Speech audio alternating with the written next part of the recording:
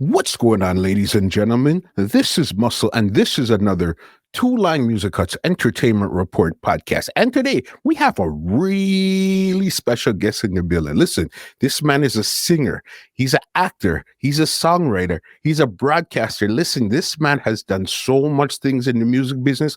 Plus, he was one of the main members of Aswad. You know, we have in the building today, we have Brinsley Forde in the building today. What's going on, big boss? Muscles, I'm good, man. I'm so pleased you've asked me to do this, to just have a nice chat with yourself and the whole of Canada massive. Thank you so much for joining us here on the Entertainment Report podcast today. Yeah, it's a pleasure.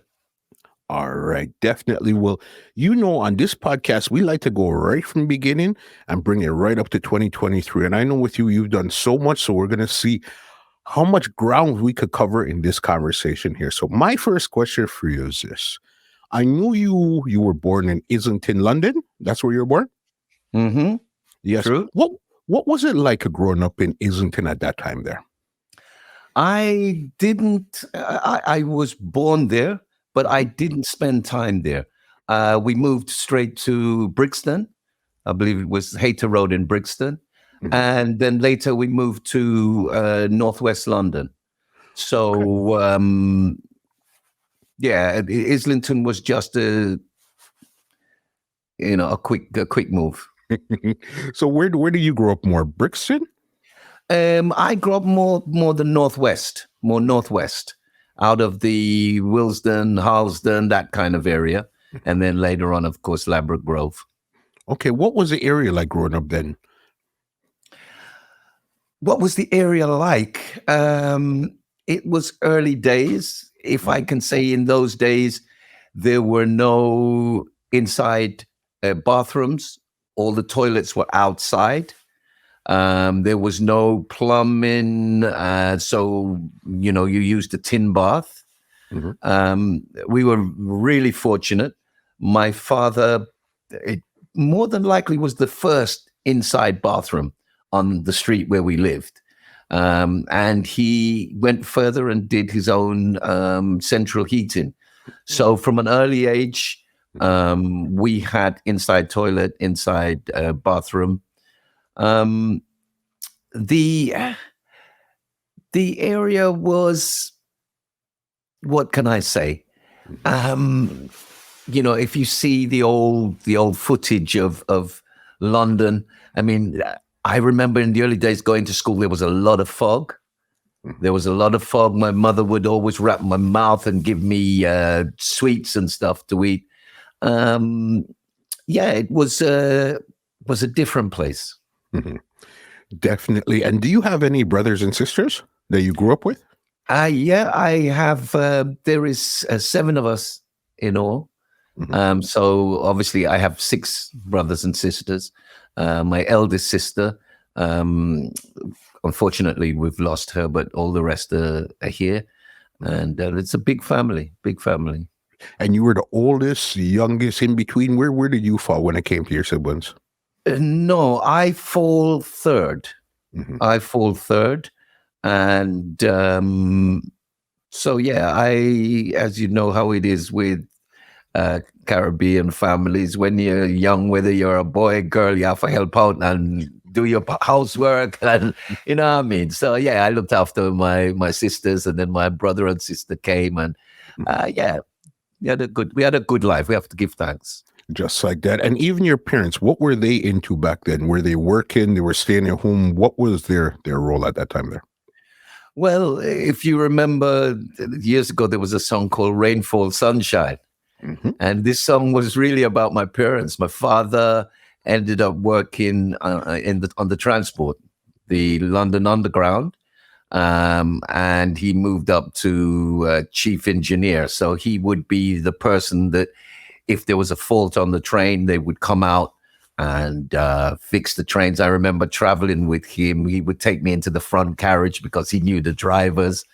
And then he would show me things like on the train, you've got different, if you know where to look for them, you've got different things that would help the engineers. You've got like sand, you've got ladders, you've got different things. They're all, as you go along the carriage, you wouldn't know, but they know, you know? So my father was chief engineer on the London Transport, and my mother looked after children. So she had many children, and at her, I mean, it was really emotional at her funeral. I mean, so many of them came up and really said, we have to give thanks to your mother because, yeah, it's an important job because it allowed parents to go out and be able to work. And obviously it gave her the opportunity to be a stay-at-home mom with her children and still earn, you know? So it was a win-win for all parties involved. The extra children, you guys, everybody won. Yeah, today it's like it's still a big family. Lots of the children that she looked after. I mean, lots of them I know. One is a radio DJ in the UK, Errol. So yeah, there's lots of. It's like a massive family, an extended family, as you said. Good to go. So even you have the influence of your brothers and sisters, your mom and everything. What do you think you were going to be growing up? What do you want to get into? Nurse, a doctor, a lawyer, an engineer on a train? What do you think you were going to get into? You know, I think if I'm honest, I never really thought about it. Why I would say I never thought about it, I kind of stepped into it accidentally. And I'm talking about the entertainment business. I was out shopping with my mother, and my younger sister, the one that follows me, Lorna, has loved dancing. She's still dancing to this very day. She just won some trophies for ballroom dancing. Okay. And we stopped outside of Beckbarrel Hall in Willesden, where the classes were. And my mother asked me to go and see if Lorna was finished so that she could come home with us instead of having to come back out to pick her up. And I met Flavia Pickworth, who is the mother of one of the Springfields, Mike Hurst. She did a lot of work for cancer, and she would do shows with the young children, and she wrote me in, literally wrote me in. And so I would do some singing in her concerts, and the dancing, I kind of left it to the others, but yeah, we did a bit. But so I was about 10 and a half going on to 11 when she got me my first interview, or first audition, I should say, not interview. So I was successful, and at the age of 11, I was working in, it was Boreham Wood Studios, right? So, you know, it's not, I think, at 10, you're not thinking what you want to do. You know, 14, 15, you may start to have an idea. So I was loving working in the studios, and it allowed me to be creative and do the things that I love to do. So in total honesty, I never had something that I could say, I've always wanted to do this. In hindsight, if I didn't do this, I think I would probably be a lawyer. Well, not a lawyer, more of we call it barristers here. I like the idea of going into court and relaying a story, which is the same thing I do on stage. So yeah, I think that would have been what I would have probably aimed for. Got into a barrister, lawyer, something like that. So even when it came to artistic, because I know you sing, you act, you do everything, what was the first thing you discovered about yourself artistically? That I was able to stand up in front of an audience and enjoy it. I think that for a lot of people, to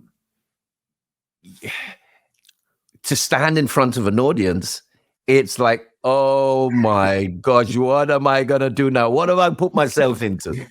And, you know, I think every time I go on stage, I have that same fear. Okay. But so far, normally I walk out on stage and then that stage belongs to me. So But I can imagine that a lot of people could be, have the stage fright as you've moved on. So, and to be truthful, I don't think it's something that you really think of. It's that you found something that you enjoy doing, and you keep on doing it, and hopefully, progress from there. So even when because you got into acting and stuff, so how far into acting did you actually land a gig, the double deckers? Well, if I can just say something, just this how things happen. I'm going back to my mother, where we lived in Willesden. And one day I was either outside or something, and she was approached by someone with a camera. And he said, "Oh, he's just got a great face. I want to take a picture of him." And so my mother kind of said, "Okay," you know what I mean? It was her son, so she did that. So anyway, I think he sat me on the window of the house, and he took a few pictures. Then he went, and he went off and came back with an ice cream. And obviously, he wanted to proceed to put this ice cream around my mother. My mother said, "Not time." Move on quick. So she always used to say to me, "You know what? I always wondered if I had lost an opportunity for you. But obviously, what is for you is for you." So, so going back to the question that you asked, I found myself, I did an audition in Cricklewood in the Samuelson's, the big lighting company. And this was, late 68 or 69. Okay. And I found myself, I had an audition. It was the biggest audition I'd ever seen. The first time I'd seen ever a color TV, although we had color TV from, I think early in the 60s, we had color TV, our family. You know what I mean? Maybe I should tell you what it was. You know the drink Lucozade? Yes. Well, they used to come with a yellow film. So we used to stick it over there. We had color television. So it was at this audition where I saw my first color TV. And it was Wimbledon. So this was the time of Wimbledon. And there was just so many kids. And it was the first time I kind of realized that there was acting schools and kids who would just do this for a living. Fortunately enough, I got the part, and found myself getting into studio and doing these crazy things. One of the cast members, his family was part of the Billy Smart Circus. At that time, the Billy Smart Circus was the circus where they used animals and the whole thing. And I just found myself in a different world. We were doing things that I should explain, because you did say double deckers. This was for the Children's Film Foundation. It's the CFF. Back in the day, there was no TV. We are going back. There's no TV. TV finished at 10:30, 11 o'clock. There's only really one station at this time. There's really BBC. ITV may have just started. So what the rub was, on Saturday mornings, the local cinemas would open up for children. And they would show films made by the CFF, the Children's Film Foundation, starring children for children. Got you. So I found myself part of this Saturday morning group. But we were actually filming. We had our lot, and we were doing things like making hovercrafts and just crazy stunts that kids of 11 just thought was absolutely fantastic.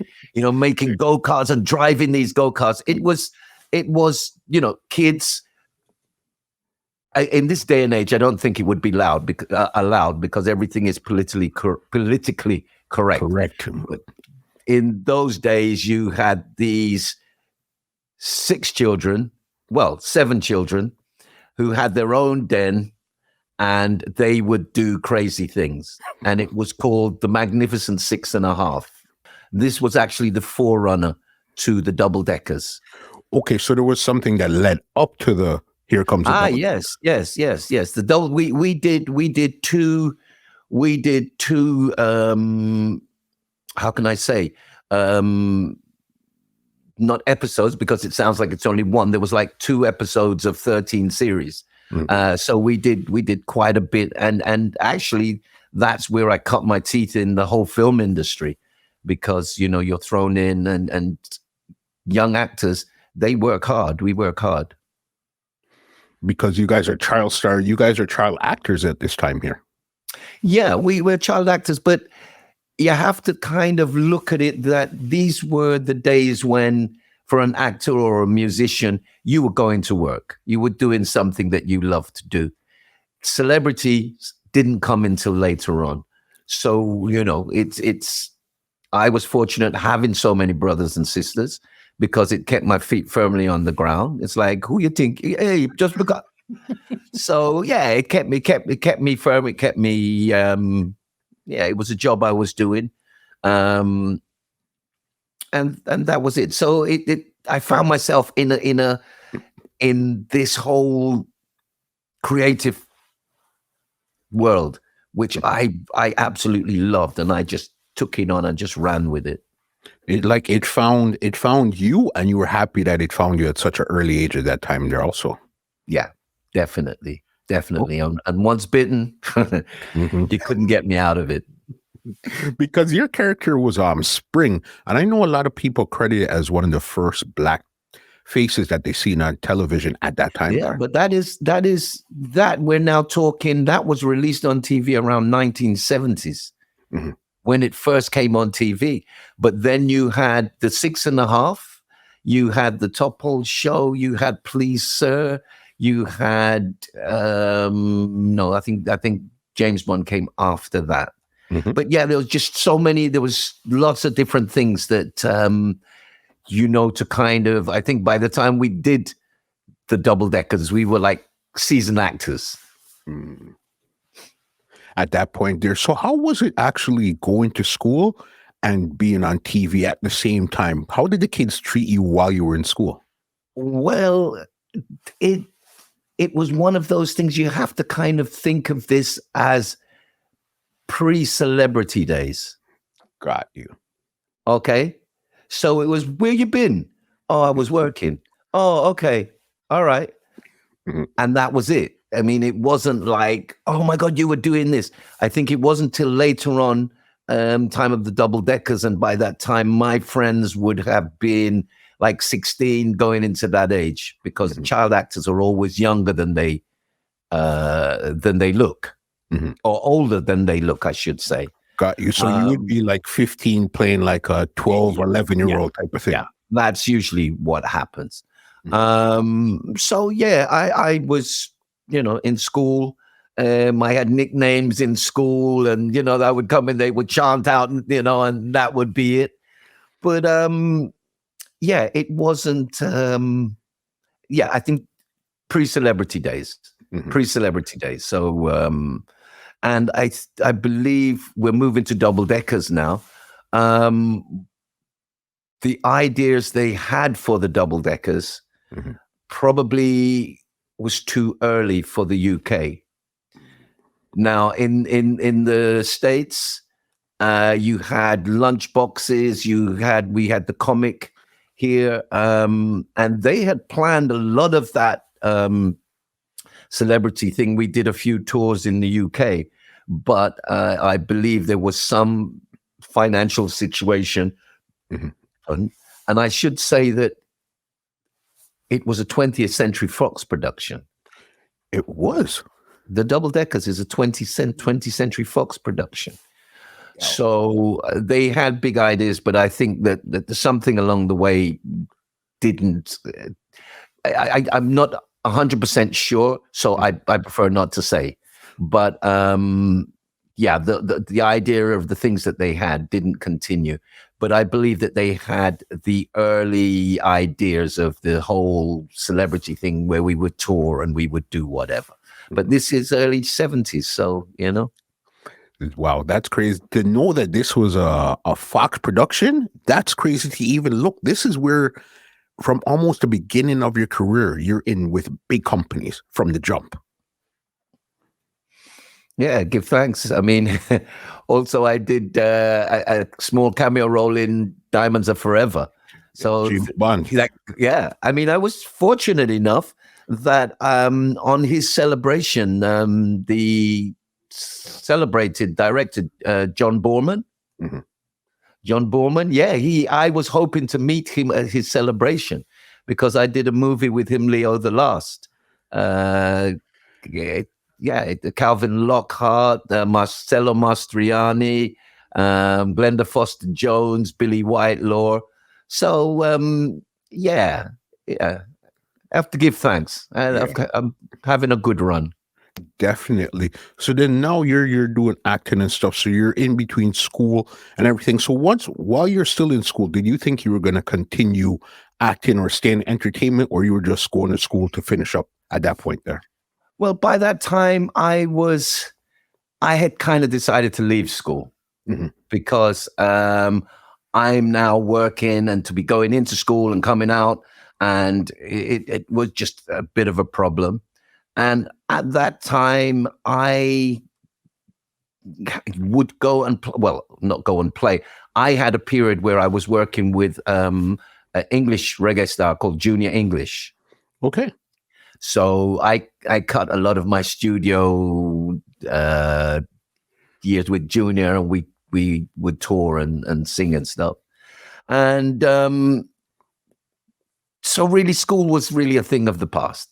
Yeah. I had kind of left that behind, and I was now working, and it wasn't till later that I got to that crossroad. When you've been a child actor or whatever, you come to a point where you start looking at life and looking at yourself and who you are and what you're doing. And this is the time you're deciding which way to go on this crossroads. Right. You know, I was learning about Rastafari at this moment in time. I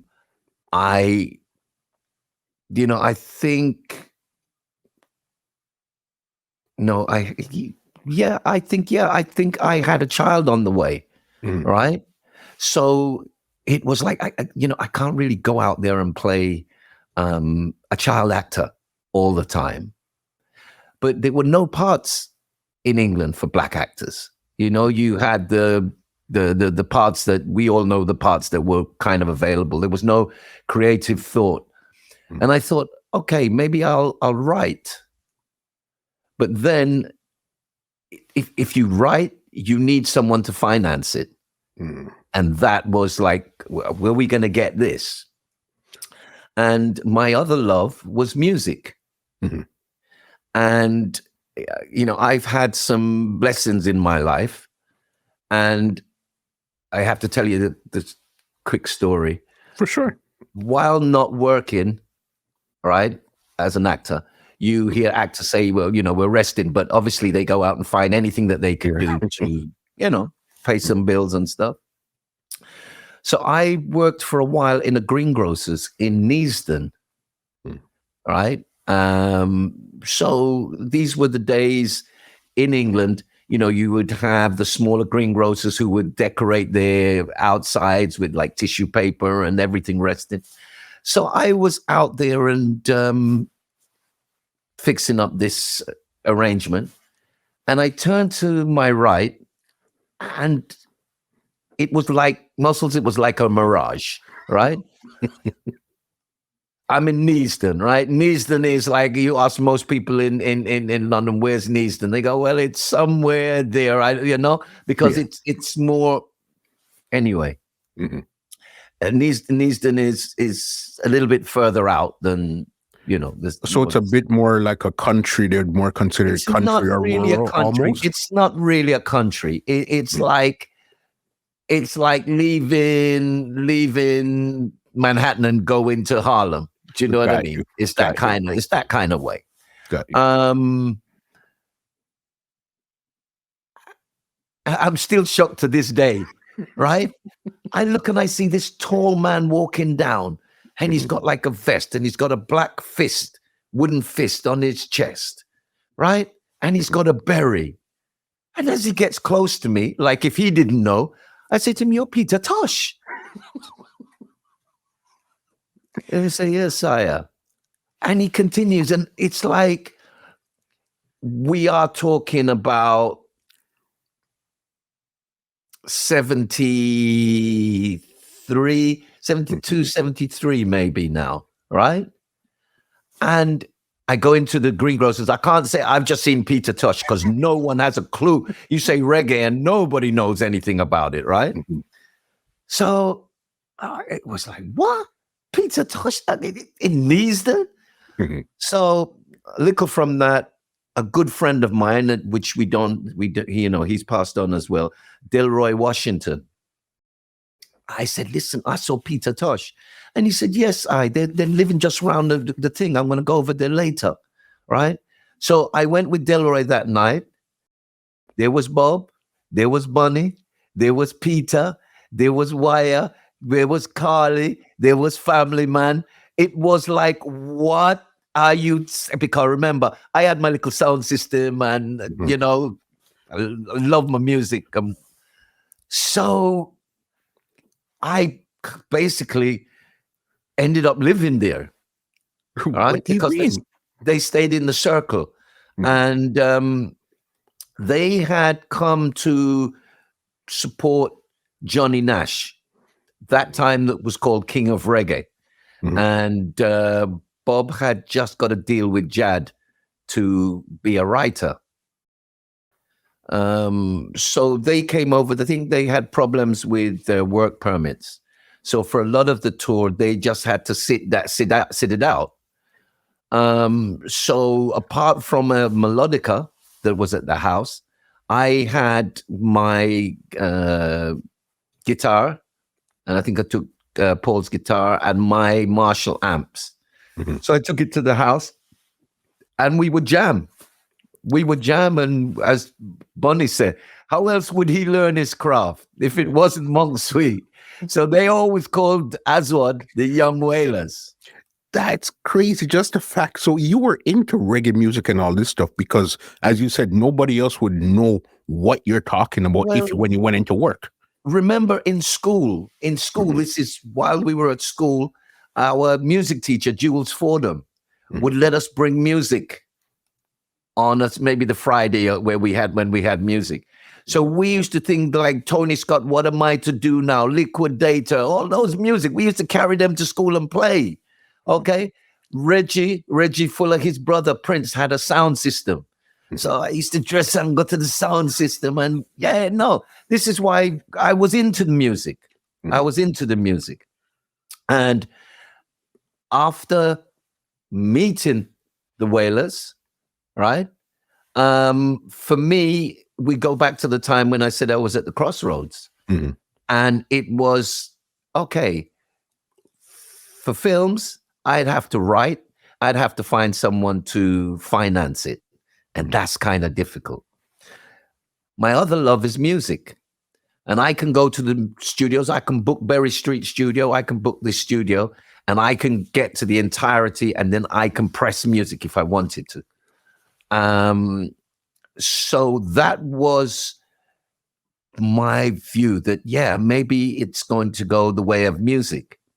And a good friend of mine, and where my girlfriend at the time lived, because the house had different flats in it, he had just bought a new Pioneer system. It was the most wicked system I've ever heard, Muscles. 2 15-inch Pioneer speakers. Wow. And I remember one night I put on the headphones and I listened to an album. It was actually Marvin Gaye, What's Going On? And I just said, wow. I came out of the things and I said, I'm going to start a band. I'm going to start a band. Just like that. Sorry? Just like that. Yeah. Yeah. That was, I just knew the direction that I was meant to go at that point. Mm-hmm. Nevertheless, Marcia, Trenda, and Chester all laughed, and they laughed. But, luckily I had the last word. Mm-hmm. So that was when I thought, yeah, okay, I'm going to go into music because, I didn't see the future in acting. Mm-hmm. It was a very different situation to what it is now. So I met Desi and Barry, who had just turned a travel agent into a record shop. Okay. And so out of the record shop was where I did my initial thing, starting to learn the business, started to join PRS for the publishing. And I made these adverts that said, the first name of the band was Being the Rebel Roadblock. And then I found Aswad in a book of African names. Mm-hmm. And that's what I wanted. I wanted to have something that people could say without even thinking about it. And then one day they would go, well, what does it mean? And it happens all the time. People just go, or they come and say, oh my gosh, I just learned Aswad means black. Did you know that? And I said, all right.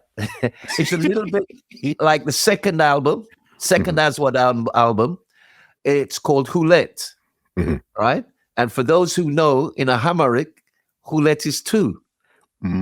So it all makes sense. If you look at Hulet, you see Hulet, and then you see the shape of the two, which is the second album. But that's how I like to see things. I kind of see things, and even songs, I see them visually. Yeah. So when did you start to meet the other band members as Aswad? Because when you came up with the name, were there other band members already, or you just had the name and you were just going to put the group together? No, I, as I said, I had posters reaching out for musicians. I had few musicians that I played with, and I tried out so many people. One good friend, George, who had left and gone to Jamaica very early. But when he left, he was talking about keyboards. Mm-hmm. So I'd always thought, if George was here, he could play keyboard. And one day I was out, I think I had a little old van. And do you remember the tape things with those big tape machine? 8-track. Yeah, 8-track. That's what it was called. 8-track. So I took my Marshall 4x12 speaker box, put it in the back of the van, and connected the music to it, right? And George came, and George said, yeah, I just come from Jamaica. And we started talking. I said, well, I'm starting a band so you can play keyboards. And he said, no, man, I'm playing bass now. And George would come with me, and we would work on the songs that I'd been writing. So that kicked off. We had bass, and we had a singer and guitarist. Donald lived around the corner, and so Donald came in. He was lead guitarist. We tried out many drummers, many different drummers. Charlie, so many different drummers. Barry, and I didn't know it at the time, but Drummie had come in early and answered the advert. And I spoke with him, and he said he was playing with Delroy. He was playing with the Steel Band. And I said, look, this band is different. Most bands in England at that time came together to back artists that had come from Jamaica or wherever. Got you. And I said, no, this band, we're not a backing band. The idea of this band is we're going to be a band. We're writing our own music. We're going to, and this, I suppose, comes from being in the business, and understanding the business a little bit more and what it meant. And so I just said, look, you're doing all these things. It's great, but no, I want somebody who's going to be, put their focus into this band. Mm-hmm. And I don't know how long it was, but then a friend, Ruzi, came in, and Ruzi said, hey, my cousin's a drummer. He's a wicked drummer. So we said, yeah, let's check him out. Mm-hmm. And we found ourselves in Ladbroke Grove at the carnival office, and they were showing a video of the carnival, and they were playing live. And that's where we met up with Drummie again. This was George and I. Mm-hmm. And he came and auditioned, and we never looked back. It was lots of different people. Tony was someone I knew from school. Mm-hmm. So we had Tony, we had Bunny and Candy McKenzie, lots of different musicians and stuff that we tried out, and finally worked it down to Donald Griffiths, Courtney Hemmings, George Oban, and Brinsley Forde. I've missed someone out. Donald Griffiths. I said Donald, Courtney, Angus, of course. I was working it out and saying that's not 5. Yeah. So let's do that to clear that up. Okay, so the band ended up with Drummie Zeb or Angus Gay, Drummie Zeb on drums, Donald Griffiths, lead guitar, Courtney Hemmings, keyboards, George Oban, bass, and Brinsley Forde on lead vocal and rhythm guitar. And that right there solidified the first version of Aswad. The original founding members right there. That was what happened. Yeah. So when you put the group together, you guys are ready to go. Was the Wailers still in the country at that time there, or they had left already? No, remember, this is, at this point, the Wailers, and now we're going back to, I'm saying, when I practically lived with them, okay? The Wailers had decided maybe that enough is enough. Let's go and speak to Chris Blackwell. Mm. So it was from this house in Circle Neasden that they went to speak to Chris Blackwell. And Chris Blackwell then gave them some money and said, all right, go and make the album. Mm-hmm. Or, go and record some music. But everyone said he was mad. He was stupid. How could he give these, And I got to go back. At this time, Bob wasn't Dread. When you first met him, he didn't have his locks yet. No, Bob was here in plaits, right? This is early days we're talking about, right? Because if you remember on Catch a Fire cover, mm-hmm. Okay, so the story goes that Chris had an experience where he was in a boat and the boat ran out of petrol, and he had to walk to find help, and he came up upon a Rasta community where they helped him and they fed him, and so in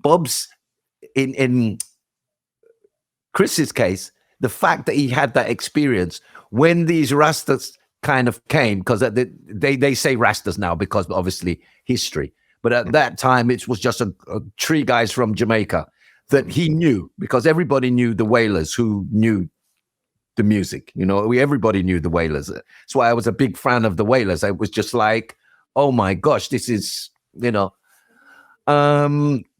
Wailers had already left by that time. They left to go and record. All right. So they had gone to record. In later years, they would come, and we would go and see them at the hotels or whatever. And they were big fans of the band, right? They kind of called the band, they saw the band as the Young Wailers, mm-hmm. right?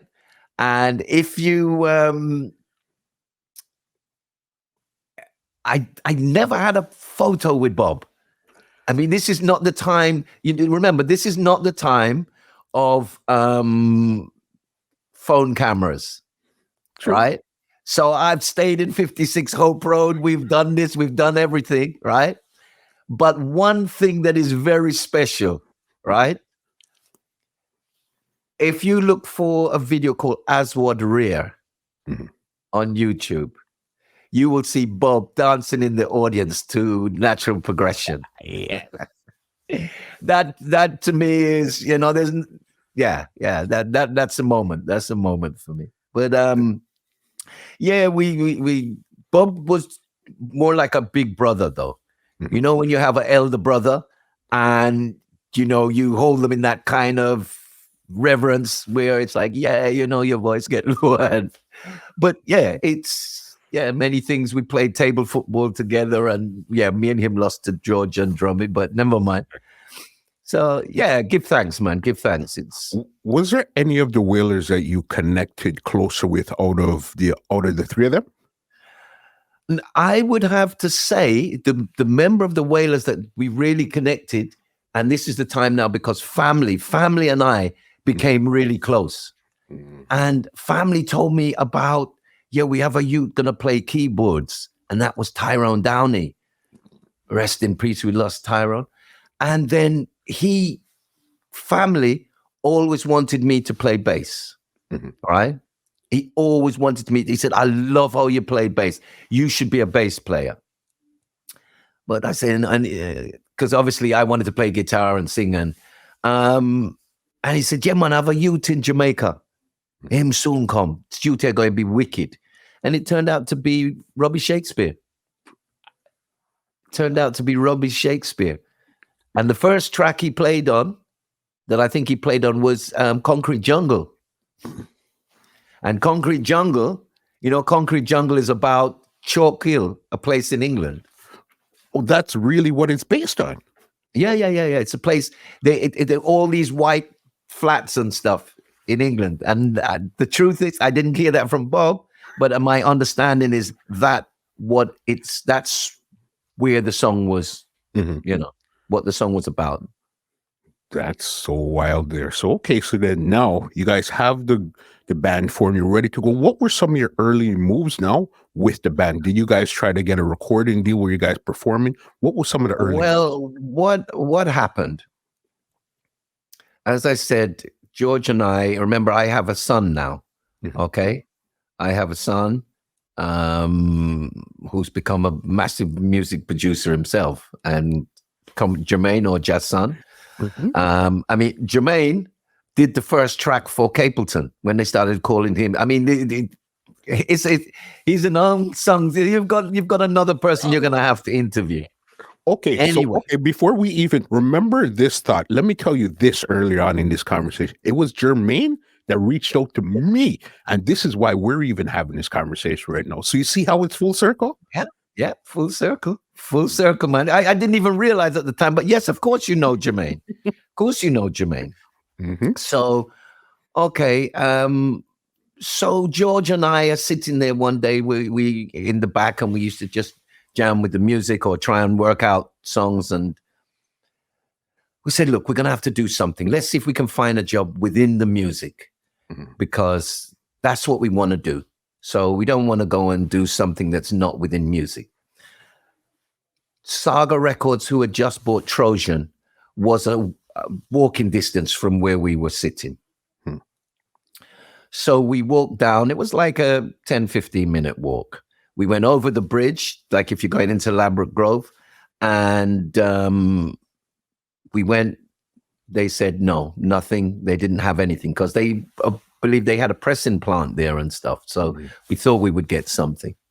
So on the way back, we're walking. I know I can just visualize the spot. As we went to go over the brow of the bridge, I said, listen, if we're going to do this, let's just do it. Right? George said, what do you mean? Let's just call up Island Records and tell them. And that's exactly what we did. We walked on the way back to Gangsterville, is the place where the record shop. There was a laundrette. And at that time, apart from the telephone boxes on the street, that would be where you would go and make calls. There was a call box in there. We had a system that you could phone up and get any number. It's like a directory inquiries. Okay. So I phoned up directory inquiries. Can I have the number of Island Records? and I phoned up and spoke to Penny, right? Penny was the assistant to Richard Williams, who was the A&R at that point in time. So we had an interview. Yeah, come in, speak to us. We had a track that we'd recorded. It had no vocals on yet, but it had mouth organ. So it was this really kind of roots track with a rebel mouth organ on it, played by Bunny McKenzie, actually. And we played him the tracks. He just kind of just thought, okay, let's see. And Richard actually is the only man who, he's told me this, has got a picture of Bob Marley signing for Island Records in Jamaica, right? And so he kind of looked at it and said, okay, go into the studio, make some demos. Okay. So we got time in St. Peter's Square. That was Island's place in Chiswick. And we went in and recorded 4 tracks. And 2 of them ended up on the album. If we knew then what we know now, we would have made them again, but we didn't. But anyway, so that's what happened. And they said, okay, we're going to give you the same deal as what Bob had. So you can have X amount of money to make the album.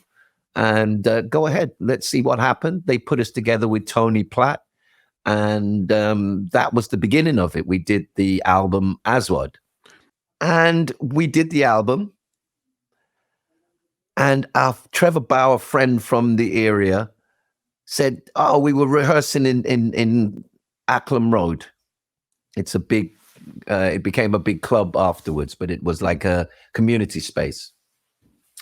And I think what was the first difference about Aswad? I had to drive to Kent to get this. We got a PA, right? An actual little PA. At that time, bands were playing but with the 4-column speakers, right? And I think at that time, there was more places for bands to play in areas that were clubs. So you would have the sound system playing, and then they would say, now, Fee, we have a band tonight, and the band comes on. And what would happen normally is that they'd come on, you'd just been listening to the sound system, it'd be heavy, and then the poor band would come on, and there's no weight, there's nothing there. There's only, whatever the bass player can generate and the vocals. But we came with a PA. So on 1 or 2 occasions, sound system, them kind of get, all right, enough now. And what they would do to other musicians, they would just turn up on them. So the musicians would have to give up. But suddenly we're working with when we got, some big speaker boxes. So when they turn up, we turned up. So people said, well, all right, our sound man said, all right, don't compete with them youth there. And one of the other things, I bought an Echoplex. Okay. And this was the time, remember, the dub music was just to give you that echo, that space tone. The Echoplex was the first time we would do like natural progression, boom, boom, boom, boom, boom, boom, boom, boom, beep, beep, boom, boom, boom. Then the guitar will go boom, boom, chang, chang, chang, chang, chang, chang. And that was the first time people was hearing dub on stage, because they heard dub on record, but they weren't hearing it because I wasn't using it just my hand. I was using it with the Echoplex, and the Echoplex was a small box. So when you lick that and you press the changa. So yeah, people started to wake up and look at the band differently. And I remember one time in Willesden, it was at the Odeon Cinema in Willesden, right? It was an old theatre cinema that they had abandoned using, but they were still using for different things. And we had left Ireland, gone to CBS. Okay, Dave Betridge was leaving Ireland, and he took us to CBS. Okay. We then left CBS. Mhm. We left CBS because, it just wasn't working out with CBS. And I think Reggae Regulars had just signed with CBS. Got you. So there was the Gladiators, Reggae Regulars, and Aswad on the same bill. Mhm. And we ended up playing first. Okay. So midway in the show, I just had this idea, and I went to Donald, the lead guitarist, and I said, "Listen, can you play this phrase?" And I said, "Ba ba ba ba ba ba ba ba ba da da da da da da." And he said, "Sing it again for me." Ba ba ba ba ba ba. And this is all while the show's going on. You know what I mean? And he went, "Yeah, okay, all right." So a little bit later, I went to the audience. I said, "Sing this." Ba ba ba ba ba ba ba.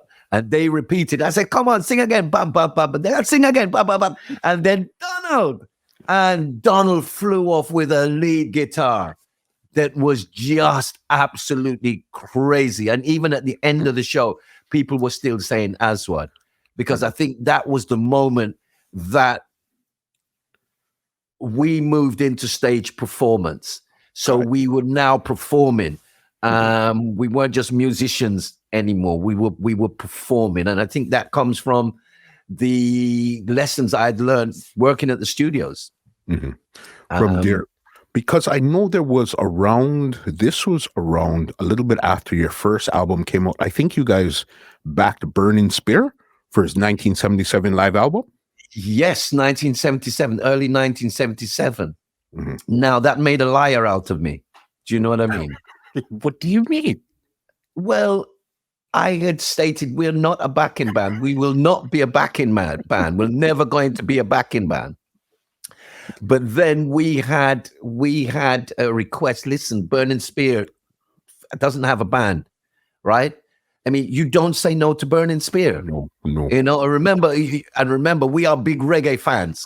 We blues dance the whole lot. We're there, okay? Trojan Cox and the whole lot. Cool, the whole lot. So playing with Burning Spear, yeah, man. And Tommy Ellis came over, right? And he kind of schooled us and said, "All right, yeah, da da da da, drop this. Yeah, well, no, you're good." That's the trumpet player, right? And they recorded the first show in London. And I tell you, Muscles, if they had recorded the last shows, by the time we reached Manchester and Birmingham, oh my God, wicked. And I think this was one of the things that people started to look, because at that time, people didn't see the music out of England as authentic. Got you. And a reason being is because the musicians we were listening to, I remember the Scatterlights and all of these people, they're trained jazz musicians out of Alpha and places like that. Okay. Right? Because they had been schooled. Right? Because all the youths that went to Alpha, remember, they'd been trained. Okay? But now in England, you just like a song, so you just, okay, it's a this and it's a this and it's a this, so you play it back. You're not going into the rudiments of the music or what is really in the music, the technical aspects and all of that stuff. Okay. There. Mm-hmm. We don't know the theory. Okay, we're just playing. And so I think that's why a lot of the music wasn't seen as authentic. And nobody was making their own music. There was a few people. You had Simrons, you had Matumbi, you know. So that was the difference. And people were saying they thought it was a band from Jamaica. Mm-hmm. And then when people said, no, it's an English band, they said, no, man, it can't be an English band playing music like, no. Mm-hmm. And as we just said, 77, and remember, 77 was a crucial time.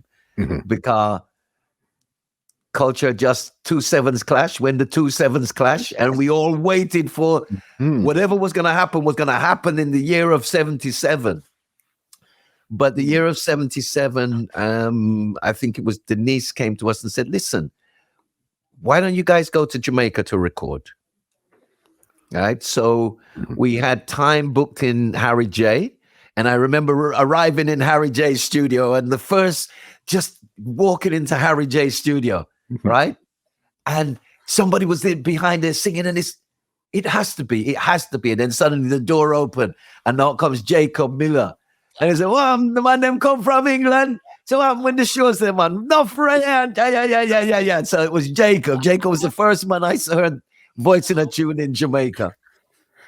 So yeah, we had an episode there because we ended up moving out of Kingston up to Content Gap.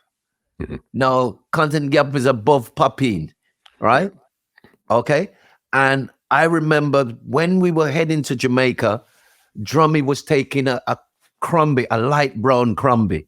And I remember we laugh and we said, what you taking that to Jamaica for? Anyway, he had the laugh on us. Content Gap, when you're standing up there in Content Gap, was an artist who had a little place there. Then he went away for seclusion and whatever. We stood with the clouds around our feet. Wow. And when we looked down upon Jankro, a fly around. We were so high, right? We had to go to the pipe and get water. And the only way you have, the bread, the cheese, and you fill that water. And we had a joke because everyone would have a time to George kind of knew, right, how to carry the water. But when you don't know, you go down there and you water. By the time you reach to where we live in, you have to go back for water again. Oh man! And the other thing that we had when we arrived in Jamaica at that time, this was the time of near the end of Starsky and Hutch, right? As people who don't know, they were two bad youth, and real famous at that time, Starsky. We coming from England. To get Clarks is no problem. Clarks is like shoes you wear to go to school. Clarks and the bucket hats. So when we're walking around Jamaica like that, people are looking at us and saying, what's going on? Think these youth are some gunman, right? I remember we had met Third World. I think we had met Third World from England because remember Island Records. So we kind of knew them. When we got out there now, Ibu lent us his car. He had an Escort, a white Escort. So this is what we used to drive up and down in. And one day Kat said to us, yeah, come and check me, man. Come and check me. So if you imagine these 5 dread on East King's House Road. No, first of all, we go. And that time his father was the financial minister, I think, at that time. Okay. Right. So we go, we don't know, but we go to the gate and yeah, man, we come for security. What you boys doing here? Come, move, along. So we leave now, go sit down. We sit down on East King's House Road, and that has a lot of the parliamentary things on it. So next thing we know, we see a black and white drive up and just stop. And it's like them. They're surprised because I mean, like what 4 or 5 gangster? What's going on? So next thing we know, we're sitting there, we're talking, we're saying. I remember had a little camera, and I just pull up the camera in my hand, and next thing we know, we see a shotgun lean up against the window. Anyway, they come out now, and they'll come out with guns. And one man behind with a shotgun. Because there was the time. We're talking now 77, with the political thing are going. So we, they stopped us, they talked to us, and they said, okay, well, you guys take it easy. And I mean, I remember the night before we left, Tommy Cowan came for Drummie and I to go and do a session And before we went to the session, we went into a restaurant, and it was one of the Badman police. I can't remember his name right now. It wasn't Ford. It was anyway, one of the Badman police then. And him come in, and him must have seen Tommy Cohen, and because we're waiting to go studio now. So him come in, him go to our next table, and pull him gun apart and slam it on the table. And because he's thinking, yeah, if them new tests so bad that they're going to come and stand up. Tommy had to go over across and speak to him and tell him, say, no, some da-da-da-da-da, and him kind of settle down and him come and, all right, you them. So no, just some of our exploits in Jamaica. Yeah, because you guys are these kids coming from UK, so you're not expecting this type of stuff to be happening while you're in Jamaica. You think everything's cool at this point here. Do you know what? We're not even thinking about that. We're coming off of the Healing Content Gap one day, right? And blam, roadblock, police, right? Police all over. One police come in the car and say, Rastaman, them come off the hill, man, smell the ganja in your son, man. And that's on one of the music on Urban Jungle. Yeah, man. That story. And there's a well-known musician who was part of that. And we talked about it the other day. But they searched, they didn't find anything, and they let us go. Them say, why they must have smoked up the ganja. And I'm not going to tell you where the ganja was. But so yeah, just finishing off this story before we go, because it started off with Burning Spear. So while we were there now, the Compton brothers, I think they're tennis players from Jamaica, said, well, you guys are here, you have to do a show. So they organized a show at Caesar's Palace, and we did a show in Jamaica, and it was going down really well. Everything was going well. People was like, wow. And all of a sudden said, listen, we want to bring out a guest. And in 77, no one had seen Burning Spear. They'd heard the records, but they'd never see. And we called Burning Spear out. Burning Spear, clap to tune. I'm telling you. Oh man. Yeah, that was great. And big memories. Yeah, man. Amazing memories. So you guys did the album with Burning Spear. You guys have out your own album now. But I know after the first album, that's when Courtney left. And Tony Robbins, that's when he came in. How did that situation start there? Well, it was the situation that Courtney was a family man. He lived at his parents' house. And that thing of going up to Content Gap, it was just like, when your dream is like shattered, it's like, okay, we're going to be big musicians, and then we've got nowhere to stay. Then we go up to the hills, and Courtney just one night just said, I can't do this. I need to go and find some work and look after my family. I can't do this. And yeah, Courtney left in Jamaica. When we were in Jamaica, Courtney decided to leave. Oh, at that point there? Yeah, that was the point that Courtney left.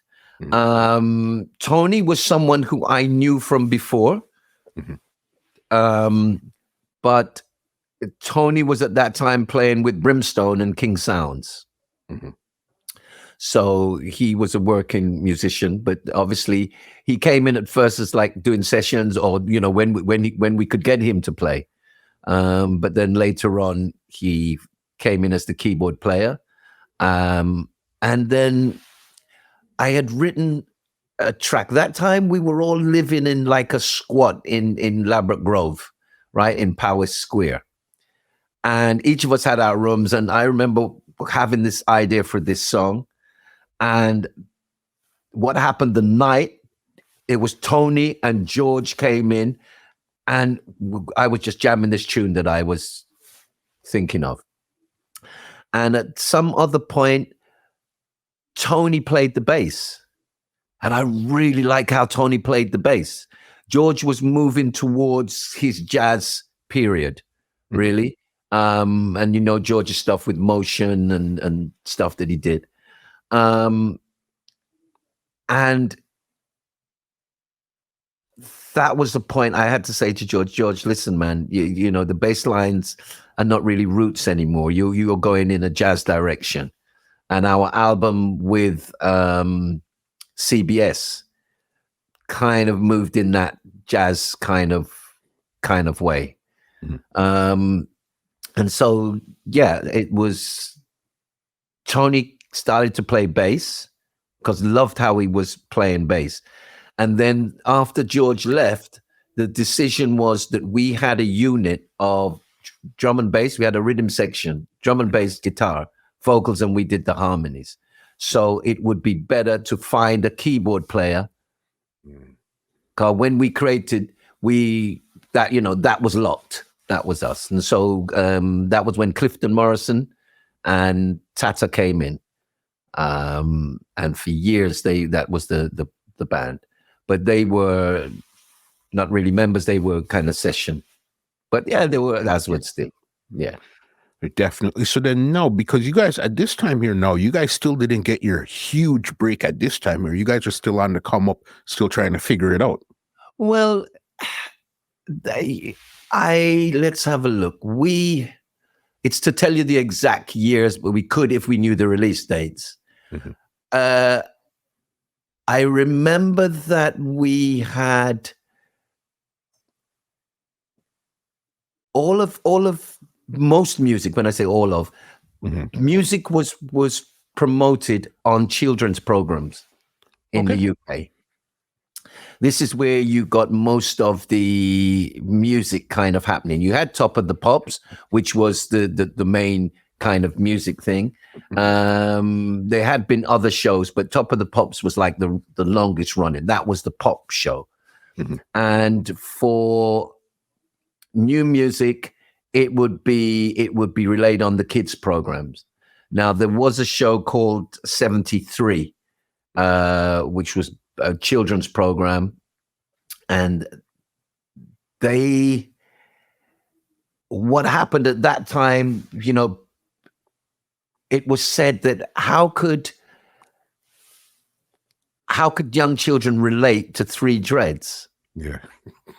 All right. It doesn't really, they can't see how it's going to work. Now we're talking about the music industry, mm-hmm. right? Because this is where you promoted new music.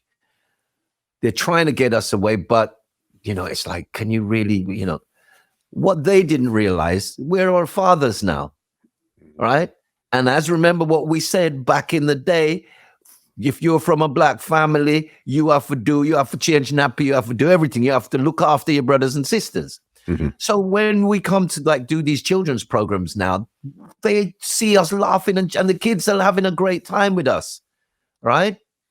So after we did this show and it was good, the makers of the show said to me, look, can you do a track for us? You know, maybe we'll use it as the theme track of the show. Mm-hmm. So I went away and came up with this idea. We had this song. When we presented it to them, it wasn't what they wanted. Mm-hmm. So I remember we had this great track. We knew it was a great track. And one day we were sitting in the studio and it was like, yeah, we have to do something for this track. And I just went, all right, let me go in studio. I have an idea. And I went in studio and we set up and everything. And I went, I man feel like bubbling. Won't you come and bubble with me? And blam, we did that track.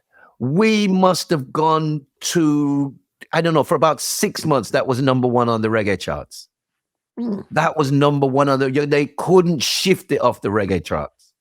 So we had toured and played like every university from Oxford and Cambridge. I remember playing in Oxford University and thinking, oh my gosh, because it was one of their balls, you know what I mean? And I'm thinking, these people ain't going to know it. And I remember there was one song, I couldn't remember the line, and I see somebody down there singing, blah, blah, blah, blah, blah. So we had toured from one end of England to the other. We had toured through Europe. We were touring for years. Mm-hmm. So finally, when we did have the hit, right? In the public domain. We had the hits in the reggae institution. People knew us there. And then we had things like Rock Against Racism, which it started through Eric Clapton, what Eric Clapton had said, and Red Saunders and the others came up with this idea. And this was something that opened up England. Sorry. You suddenly had, out of a place where you had the rock people played here, the punks played here, the reggae was played here, but suddenly there was a stage where everyone could voice it. And people who had never heard reggae before were there to hear someone else. And suddenly they went, wow, this music I like it. Right? So we had that underground kind of following. But of course, when Don't Turn Around hit, right, you had, in just for instance, a company, you had the young office secretaries or whatever coming out and saying, oh my God, there's this great new band. And then their managers would go, oh yeah, I know that band. Yeah, great. I saw them at university. And so we had crossed, we were selling more music then than Bros, I think, was number one at that time. Madonna had a big hit, but we were outselling them. Yeah. That's wild right there. So, okay, before we even go to Don't Go Wrong, I want to know if this came first or Don't Go Wrong came first. The movie that you started called Classic, Babylon, did that come first or Don't Turn Around came first? No. Babylon came first. Babylon was in 80. We must have started filming that in 81. 80. Okay, so this is years before that. Yeah. This is way before. I mean, obviously, Franco Rosso, Gavrik Lossi, and Martin Stellman. Sorry, they had this screenplay, and because of my history, they called me in to do an audition for the part. And then obviously I got the part. I remember at times when we were, we'd all sit around the table, we're talking about the movie and the characters and creating your character. And Carl found it very difficult that things like what the movie depicted, like police coming in with dogs, he was like going, no, that can't never happen. And at that time, there was some music that was supposed to be this dub music that, and because of having the part that I had, it was like, no, Dennis Bovel's my friend. Yeah, but listen, we can't have this movie and not have, So they said, all right, well, listen, you do the dub. You do the dub, and Dennis is going to do the soundtrack for the movie. And I mean, that soundtrack is absolutely amazing. Dennis is, wow. Yeah, fantastic. Babylon came first. You started as Blue in that movie there. Yeah. And that was, I guess it was depicting a lot of what was actually happening in the UK at that time there? Yeah, because a couple of years ago, about 3 years ago, it was released in the States for the first time after 40 years. Because to get the certificate in the UK, they said the only way we could give you a certificate that it could be a family viewing is if he's seen in prison at the end of it, and which that's why it kind of ended the way it did. They changed the ending, but they had to temper down Blue's character to make it kind of work. I mean, I would love if there was a director's cut now and you see the Bad Boy Blue. Yeah, they had, because Blue, after he's in the police station, the father is beating up the mother and he beat up the father. And that's why he left the house. Right? That's why he had to leave the house. And there's like other scenes where it shows that him and Ellie had been partners from school, and he was just now becoming Dread, and she was thinking, nah, man, I want to go off and do this. I want to wear my makeup, and I want to. So it was after that argument that he was on the street. That's why he was on the street that night. 'Cause normally he would stay at his girl's house. So yeah, it's because of the times. There's little aspects of the film that changed. That now, if they were in, I think you think about them, but it's if you see them, you kind of go, "Oh yeah, I know that." Okay, yeah, oh, I'm nasty. You know what I mean? It's suggested, but it would have been nice to see those scenes. We're in a different space now, so we'll see it from a different lens, as you said, 40 years later, so we'll understand it differently now. Yeah. We're going nearly 50 years now on that movie. Yeah. What is there any scene in particular, or even the character Blue, that you could really relate to? Yeah, there's little bits of it, but you have to remember that you're not yourself. You're trying to play a character, but I always got steered clear. Like there's one part where Cosmo comes in the Hyde Skull and Green, and I said, "Look at that, the Hyde Skull. He must have Hyde Skull and Green." And it's like I'm kind of thinking, okay, no, don't be disrespectful now. So I'm keeping it. I'm trying to keep it down, but it's a character. Blue isn't supposed to be me. But obviously, you get bits where, it crosses the line. And with that movie, because I know it was rated X in the UK when it first came out. Yeah. This was why. They weren't happy that he wasn't seen in a prison cell serving his time. So yeah, they took it away. They took away the fight. Basically, they dampened down Blue's character, not to make it too aggressive, because at that time it was just seen as full-on aggression, And they didn't like that at the time. So then now, did that raise the profile of the band that time there, or were you guys just continued on your trajectory at that time there? I think that the band's success came from the band. It was just different to see the band, the performance of the band, great musicians in the band. The fact, they used to say that Bob Marley took the studio on stage, but Aswad took the dub on stage. And I think, yes, it helped because people said, "Oh, double deckers," to this day they say it, right? But I think it was the band that created the band. Do you know what I mean? Yeah, okay, we know you, we've seen you. Yeah, you're the first person we've seen on TV. But wow, the music is unlike anything else. It speaks for itself. Yeah, I think I have to give the credit to, the band. Definitely, because I know you guys are around now. When did you guys notice another band like Steel Pulse around? Were they around before they came after, or around the same time? Steel Pulse, lots of people think that we have, this big thing against Steel Pulse, and Steel Pulse have this bigger thing against us. But I remember we went, I can't tell you the year, but we went to Birmingham to do a show, and the bass cabinet stopped working.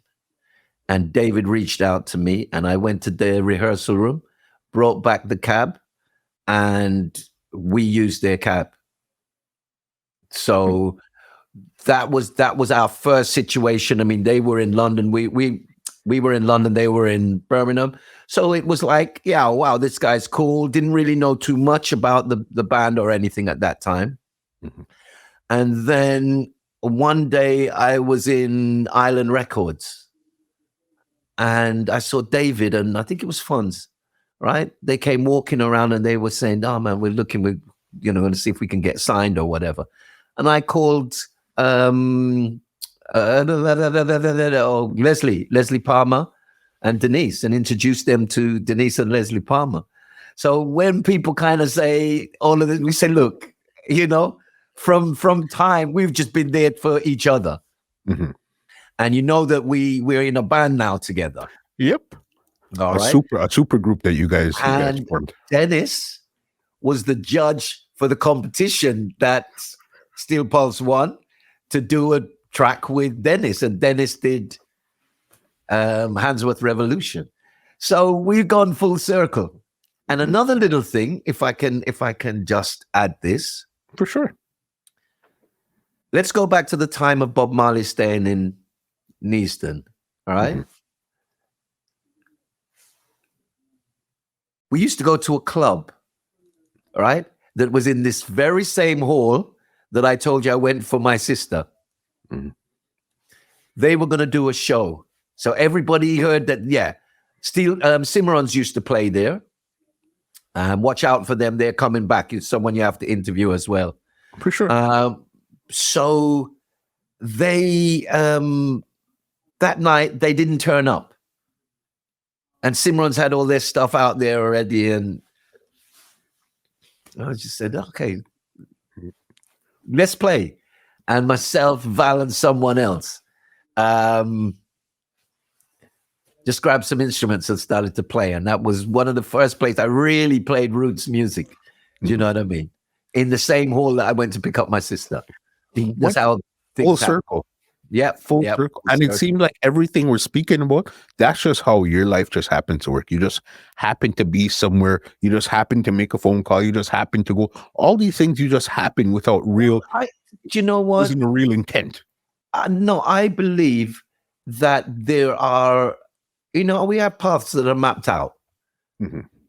But it all depends on who and what you want in your life, right? Because all these things wouldn't be coincidences if you didn't work on it. True. So I believe we have paths set out. And if we really want it, as Jimmy said, you can get it if you really want it, but you must try. And that's the name of it. Yeah, just gone out there and tried and believed. I mean, I say to my children, when they get to the age and they're looking for what they want to do, I said, just whatever you find, that every morning you wake up, you are happy to go and do it. That's the career to follow. Makes total sense. So even now, you guys are still here. You guys are the premier English reggae band right now doing yourself. How did a lot of the reggae acts treat you guys now when they came to the UK? Because some of them might not have even heard of you guys before and stuff. How was the treatment that they treated you guys then? I think that a lot of the musicians kind of were aware. They were aware. By the time we started playing, I remember we went to Kentish Town to record with Sly and Robbie, Ainika Kamoza, Dennis Brown, David Hines, and us. If you look, you can find it. We're doing, I think it's Get Up, Stand Up. It's on YouTube. And I remember we were, because it's a rehearsal rooms there. And I remember we were sitting in the car with Dennis, and Gregory come on, Gregory look, and Gregory kind of call out Dennis, and Gregory said, I mean, this is, but he says like, who them on that? And Dennis must have said, no man, them on, they're cool. And Gregory for a long while didn't really talk to us. And the first time that Gregory spoke to me, we were doing Sunsplash, right? Okay. Because we did many of the Sunsplashes. I remember the first Sunsplash we did, we were ready to play and we didn't play till about 3 o'clock in the morning, right? So people kind of, I think, they kind of heard us, they kind of heard something and said, why them you don't go on? But these were more the musicians, right? This is more the musicians than the actual people. And when Irie FM started in Jamaica, I think they used to use it. This is live and direct. But a lot of people thought it was Bob. They didn't realize it was us. It was you guys. That's the start of the live album. You know the meaning of live and direct? Live and direct. Okay. So people kind of knew the band. We played in Jamaica. We'd done some Sunsplashes in Jamaica. I remember we absolutely tore down Sunsplash in Jamaica one year. And then We recorded in Jamaica. We were recording at Gussie Studio, Anchor, when it was at Slipe Road there before it moved. And we were using Steely and Clevie to do that album. And then people came. I didn't do a lot of playing, but Drummie and Tony could go and play with different musicians because for me to go out, it looked like the band is backing someone. So lots of musicians would come and, they would know us, and we're musicians. So musicians know musicians and for sure. What happened. So, a lot of people kind of knew us by that time. Mm-hmm. And then there was one situation that we went to do that I wasn't really sure at the time whether it was the right thing to do. Mm-hmm. But we went to be the musical part of the Miss World competition. What? Now, in England, they kind of dropped all of that. You don't see that. Mm-hmm. But I remember that we did it. I mean, I even had, this is a true story. I'm standing by the monitor after we'd done our piece, right? And there was a girl standing there. And I just turned and so, and you just make conversation. And I said, why didn't you enter? I said, you would have won this hands down. And she laughed and she said, do you watch? Yeah. I said, not really, because they don't really show it in England. So she says, oh, and I get a little bit embarrassed now. So I said, no, man, I'm being serious. No, seriously, you could have won this. And she laughed and she says, I am Miss World. She was the winner the year before from Iceland. So we done this, and then they invited us to Jamaica for the jammies, because, and Bonnie said this, Uno are ambassadors for reggae music. What are we? Uno shine. So then the fact that we were there and as a band who was, I suppose, they knew what we were about. You know what I mean? We're about far right. We're about truth and right. And yeah. When did you, because I know a lot of times some of the songs you were doing leads, and some of the times Drummie would be doing leads. When was there ever a time where you guys switched and said, okay, Drummie, you take more of the leads and I'll just do guitar and background vocals? No. What happened? Remember, we were talking about the tune that I said, really, I heard Tony playing bass for the first time. Mm-hmm. It was Roots Rocking. All right. But naturally, we have two different voices. Mm-hmm. So all that happened is what fell into Drummie, right? Didn't know at the time all of those songs, Your Recipe, all of those songs are songs that I wrote, but it matched Drummie. Mm-hmm. So it wasn't that. Later on, when we got more commercially, obviously that side of it led the way.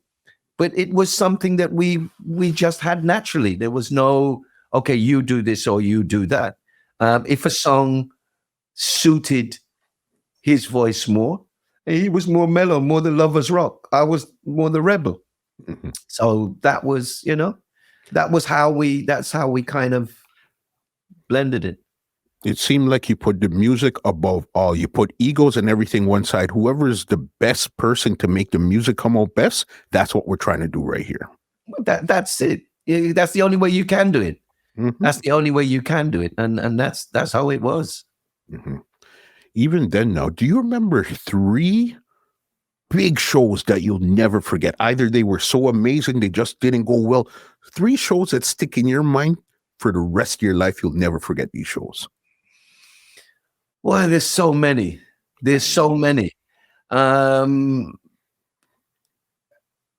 just remember one. This is the first time we are in Africa, in Kenya, right? And this was the British Exchange. Mm-hmm. And Kenyatta Center, the shape, it looks like a spacecraft, and we're going to play outside. And everybody said, nah, this isn't going to work. It's raining. And I said, no, man, you watch, when we're ready to go, it's going to stop raining. And wow, what a show. What a show. Outside the Kenyatta Center. Wow, we were playing in Africa. There's so many shows. There's a show in Jamaica, the show Wembley Stadium, where Nelson Mandela came down and said, listen, I had to come down to meet you guys. And this was all the musicians. He said, when we were inside, when we were incarcerated, the music was what made us know that people were hearing and knowing about our struggle. So that gave us the strength to know that, yes, people are, they know what's going on. So that was a big moment. The whole thing, I mean, every show, if it was a small show, we played it like it was a big stadium show. So there's so many things, and what would happen, we'll get together and start talking and say, remember this show when this happened and that happened and this happened. So that's when everything starts to flow because everybody has a piece of the story. Yeah. There's so many shows. And I remember in Japan, right? And oh my God, his name has gone out of my head now. Oh, the actor that did Blade Runner. Oh, not Denzel Washington. No, not Denzel. I see his face right in front here. Yeah. Wesley Snipes. Yes. Wesley Snipes. Imagine Wesley Snipes is in the audience, and and then the next thing we know, they say, "Listen, we have some special guests for you. They've come because I remember at one time we were like number one in Japan." And suddenly they open these doors and Dump Truck and two other sumo wrestlers come in. They're big fans of the music. Just many different situations. Diana loved the music. Just different people. It was, it's hard to say 3 shows because there'll be shows. I mean, wow, in the park. So many. There's so many muscles. Did you guys actually meet Princess Diana at that time there? Yes. What happened? We were at for the London Child, and I raised my hand for her box, and then if you see, there's a picture of Diana and myself laughing, right? Okay. And we were talking because we had sent the boys some things from years ago, some hats and stuff. And then she went, I said, can the others come up and say hello? Right? And she went, oh my God, there's 3 of you. And she tried to grab it back. And that's where they caught that picture. If you look at that picture where there's just me and her, and you see her trying to grab the box. So and then when I met her son, William, right? He was trying to get himself in as a bass player. He said, I'm a really good bass player, Wow. Man. The journey has been nothing but crazy. Let's get into this massive song here. This is how I knew, me personally, as a kid growing up, how I knew this song was crazy. Don't Turn Around. We had a FM station called Chum FM. They played, there was no resemblance of reggae whatsoever played on that station. None. Right. This is an AM station everybody listens to. And I heard Don't Turn Around. And it's not till years later, I realized that this was a reggae song from a reggae band. Massive song. Massive. How did you guys come up with that song now? Because I know it was originally recorded by Tina Turner. It was on the B-side of one of her songs. This is an entirely true story, right? How it happened, we had just gone back to Ireland, and Chris wanted us to record The First Cut is the Deepest. That was his idea. He said, okay, I think you guys should do that. And I believe he must have been talking to Jermaine, right? Not my Jermaine. I'm talking about Jermaine, producer that did a lot of the Buju tracks and stuff. And Jermaine said, I have a song. And Jermaine came with Don't Turn Around. And when I heard it, right, Well, to be honest, what happened when I heard it? First of all, I went, "Wow! If Tina Turner does this is a monster hit." Mhm. And I was talking to Albert Hammond, who is one of the writers, and I said, when I heard this, I said, "Oh my God! If Tina Turner ever done this." By that time, we were number one. But I was saying to him, I just thought. He said, "But we wrote it for Tina." So that's how I found out that they wrote it for Tina. They didn't like it and put it on the B side. Mhm. And she's one of the artists that I have to say made me absolutely speechless. Tina Turner. Mhm. Wow. I was, I know we're going to talk about it later, but I was doing interviews for VH1, Mhm. right? And had to interview Tina. And I was just like, absolutely amazing. I mean, I love that. And another artist that kind of did that to me, but I didn't get to speak to him, was Al Green. He just opened the door, and I was it was like, oh man. But anyway, yeah, back to, So it's a don't turn around. So then it was really Donovan Germain that heard it and gave it to Chris Blackwell, and then that's how you guys got hold of it. Yeah, I think he suggested it, and when he spoke to us, I don't know, because I don't know if he was supposed to produce it or what happened. But anyway, we had this track, and we ended up doing it with Chris. And when it came out now, when do you know this is the one that really kicked down the door? Because remember, you guys were doing good up until this point. You guys are doing good, touring around, doing all this stuff. But this is now the monster. Remember, before it's released, okay, we did a photo session. And I absolutely hated this photo session. It was all purple and blue. It was just horrible. Mm-hmm. And we asked for a meeting with the then CO, which was Clive. And Clive was honest. He said, "Look, I just taken on this. I probably wouldn't have signed you had it been for me. If you had, but what's the problem?" And I just said, "I just don't like these photos. It just look horrible." So we sat together and we had a talk, and it was like, "Well, okay, what are you guys known for?" And we said, "We're known for the hats, because down from Beavers and whatever."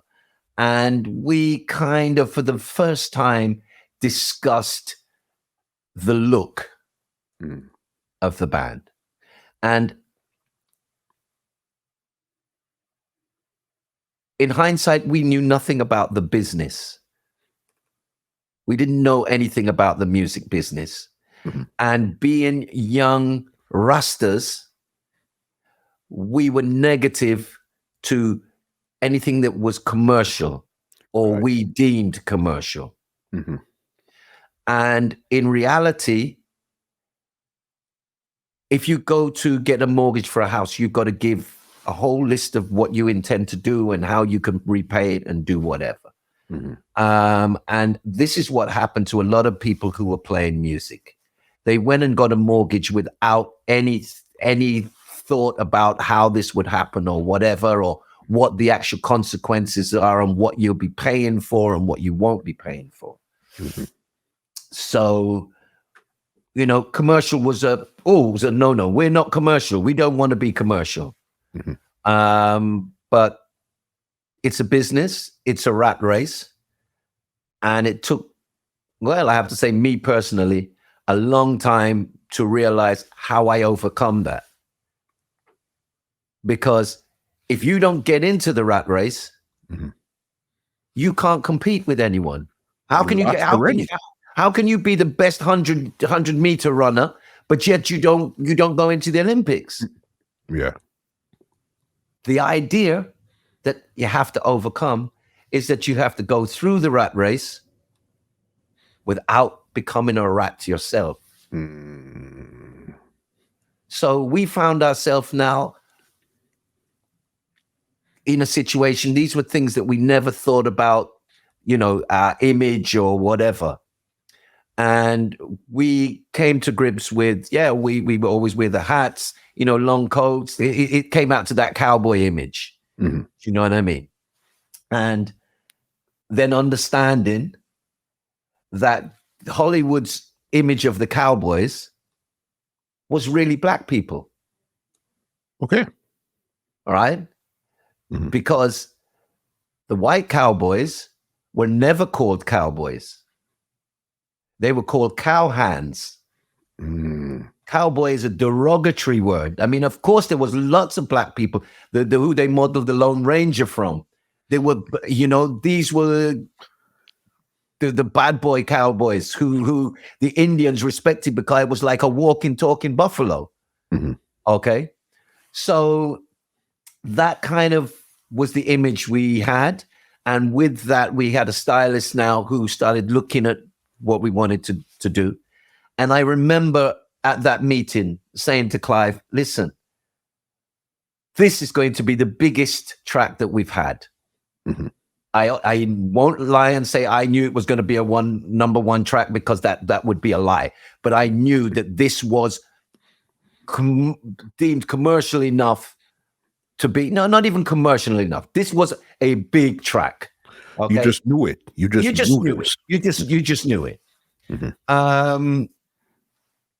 On radio, you would have the highest climber on Sunday.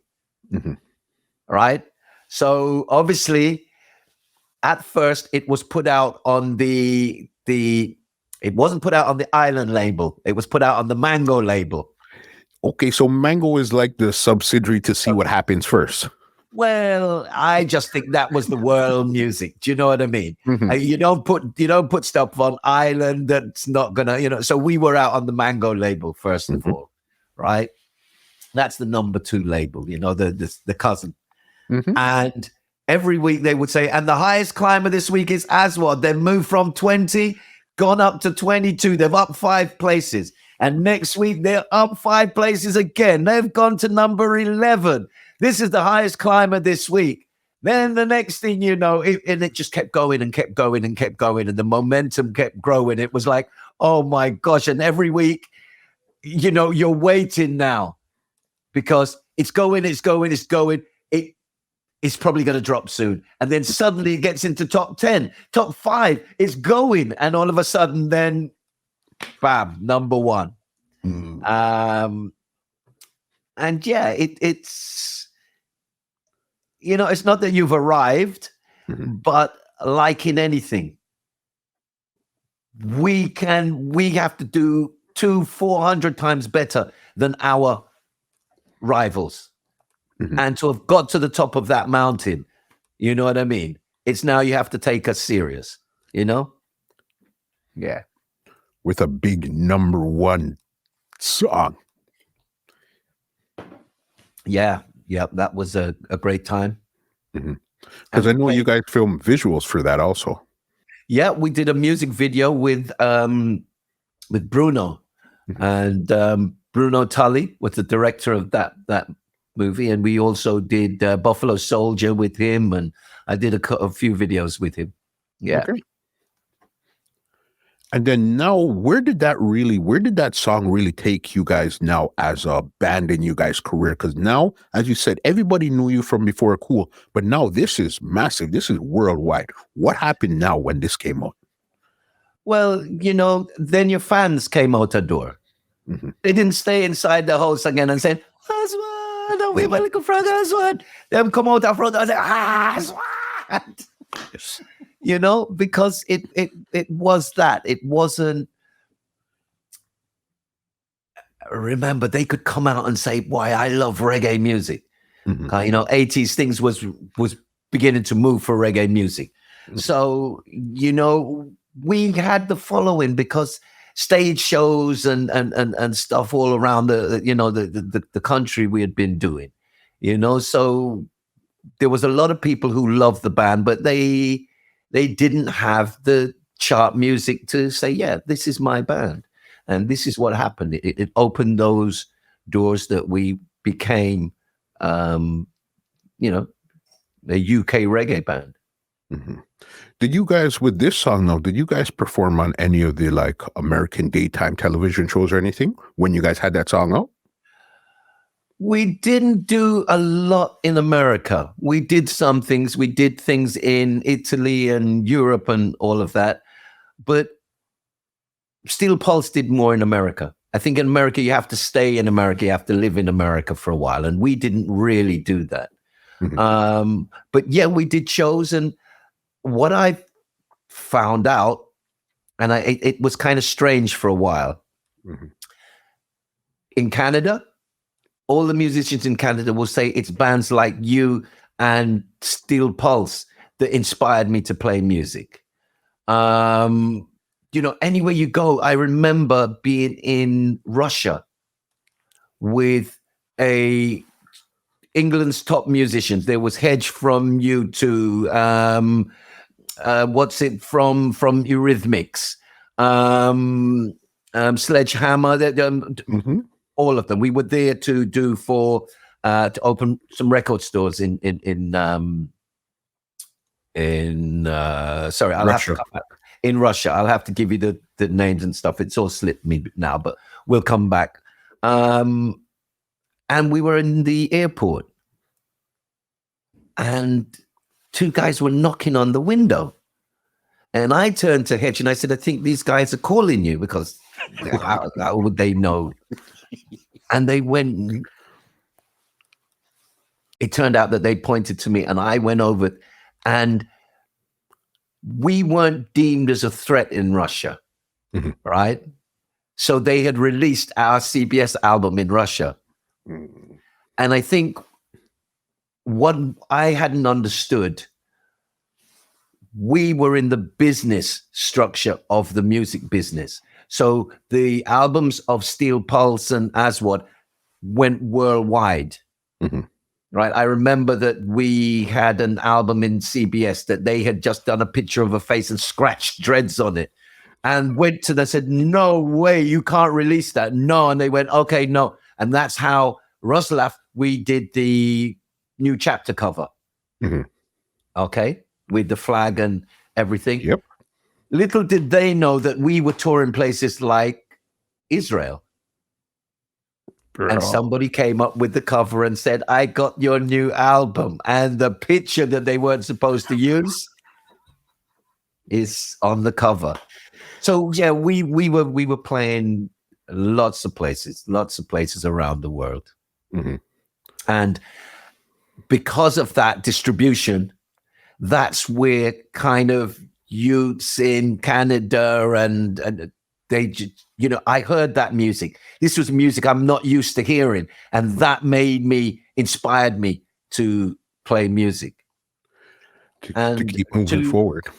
To good friends, as we're talking about inspiration, the footballer, okay, and our runner,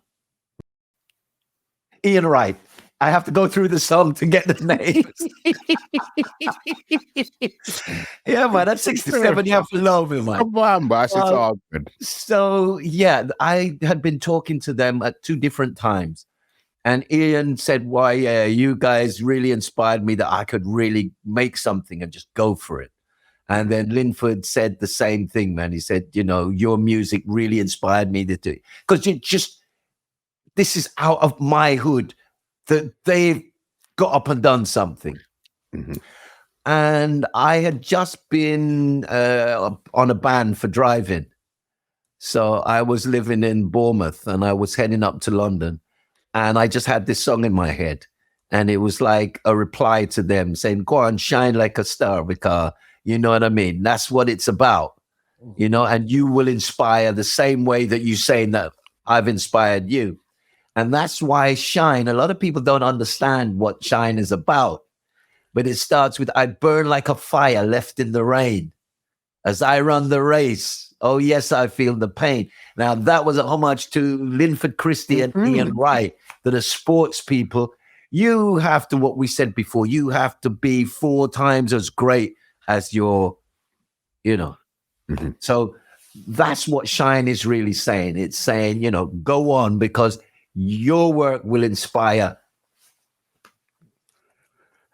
other people, just like you're inspiring them, and they're going to inspire other people down the road also. That's what it is. That's what it is. It's about, we are a great nation. We have done so many. I mean, this world wouldn't be the world that it is without our contribution, but it's been completely hidden from the world. Yeah. One of those things there. You guys touring, doing good stuff, massive songs. I think your next big song that came out would have been like, I think 94 would have been Smile. Used to be the smile on my face. Yes. Now that it's no longer a trace. Ding. Yes. Oh my gosh. Yes. That came off of the album that we recorded in Jamaica. We recorded that album in Jamaica. Okay. Yeah. Smile. Yeah. Used to be the smile on my face. I see. This is what I'm saying, that, the journey, sometimes it's only when you're sitting there reasoning that you kind of recall these things, because there's moments that people have that either they went to a show or people come and meet you and say, listen, we decided to get married at your show. Or, the other day I had two people there and one said, listen, I named my son after you. And the next person that was sitting there, he said, oh, I'm Kingsley's dad. And I know from Kingsley's mother, they planned to call him Brinsley, but changed it at the last moment. So there's moments that people remember, because I can tell you exactly what happened on the moments that I met Stevie Wonder, right? Or I did something with Stevie Wonder. But Stevie Wonder's not really going to remember, because not necessarily because it's a moment that has become important to me, but he's gone on doing whatever he's doing, right? So it wasn't because obviously he can't see it. Then again, I don't know. I could speak to him and he says, I remember because we were talking, you know what I mean? So okay.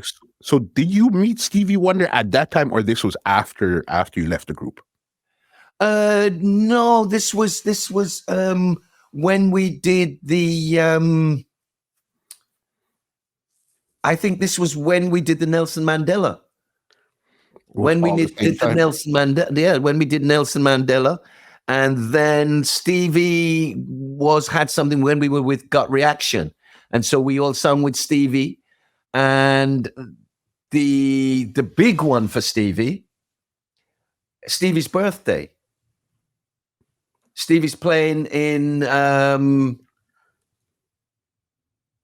Wembley, not the stadium, but he's playing Wembley, the other Wembley.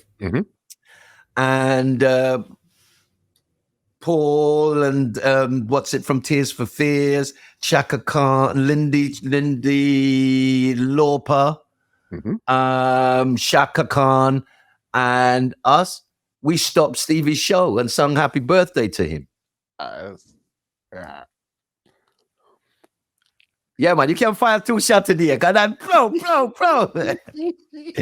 Yeah, man. You can find that on YouTube. Yeah, no, it's just amazing the journey that you've been through, because you almost lived like in 2 different worlds while being a musician, where you lived in the reggae world, but you also lived in like the pop commercial world also. So you were getting to see a lot of different things happening at the same time. Yeah. And I mean, I have a good friend whose brother, his brother was her brother is an English Olympian, Daley Thompson. And Tracy loved George Michael, absolutely loved George Michael. And when they did the Wembley show, which was the show before their big event, right? They did a run through at Brixton Academy. So knowing a lot of the security and things, we ended up outside George's door, outside his dressing room. And Tracy's going, oh my God, I don't believe this. I can't believe it. And then suddenly the door opens and George Michael comes running out and starts congratulating me and saying, oh my God, your track, because we had Holland pull up at that time. that was on Capital Radio's People's Choice. Mm-hmm. So George, I didn't know, but George and Andrew had a reggae band. They had a ska band in school, right? So, I mean, another person that, because there's a lot of people that love reggae, right? Like the bass player for U2, absolutely reggae. But I remember I used to go to Wall Street, a club in London, right?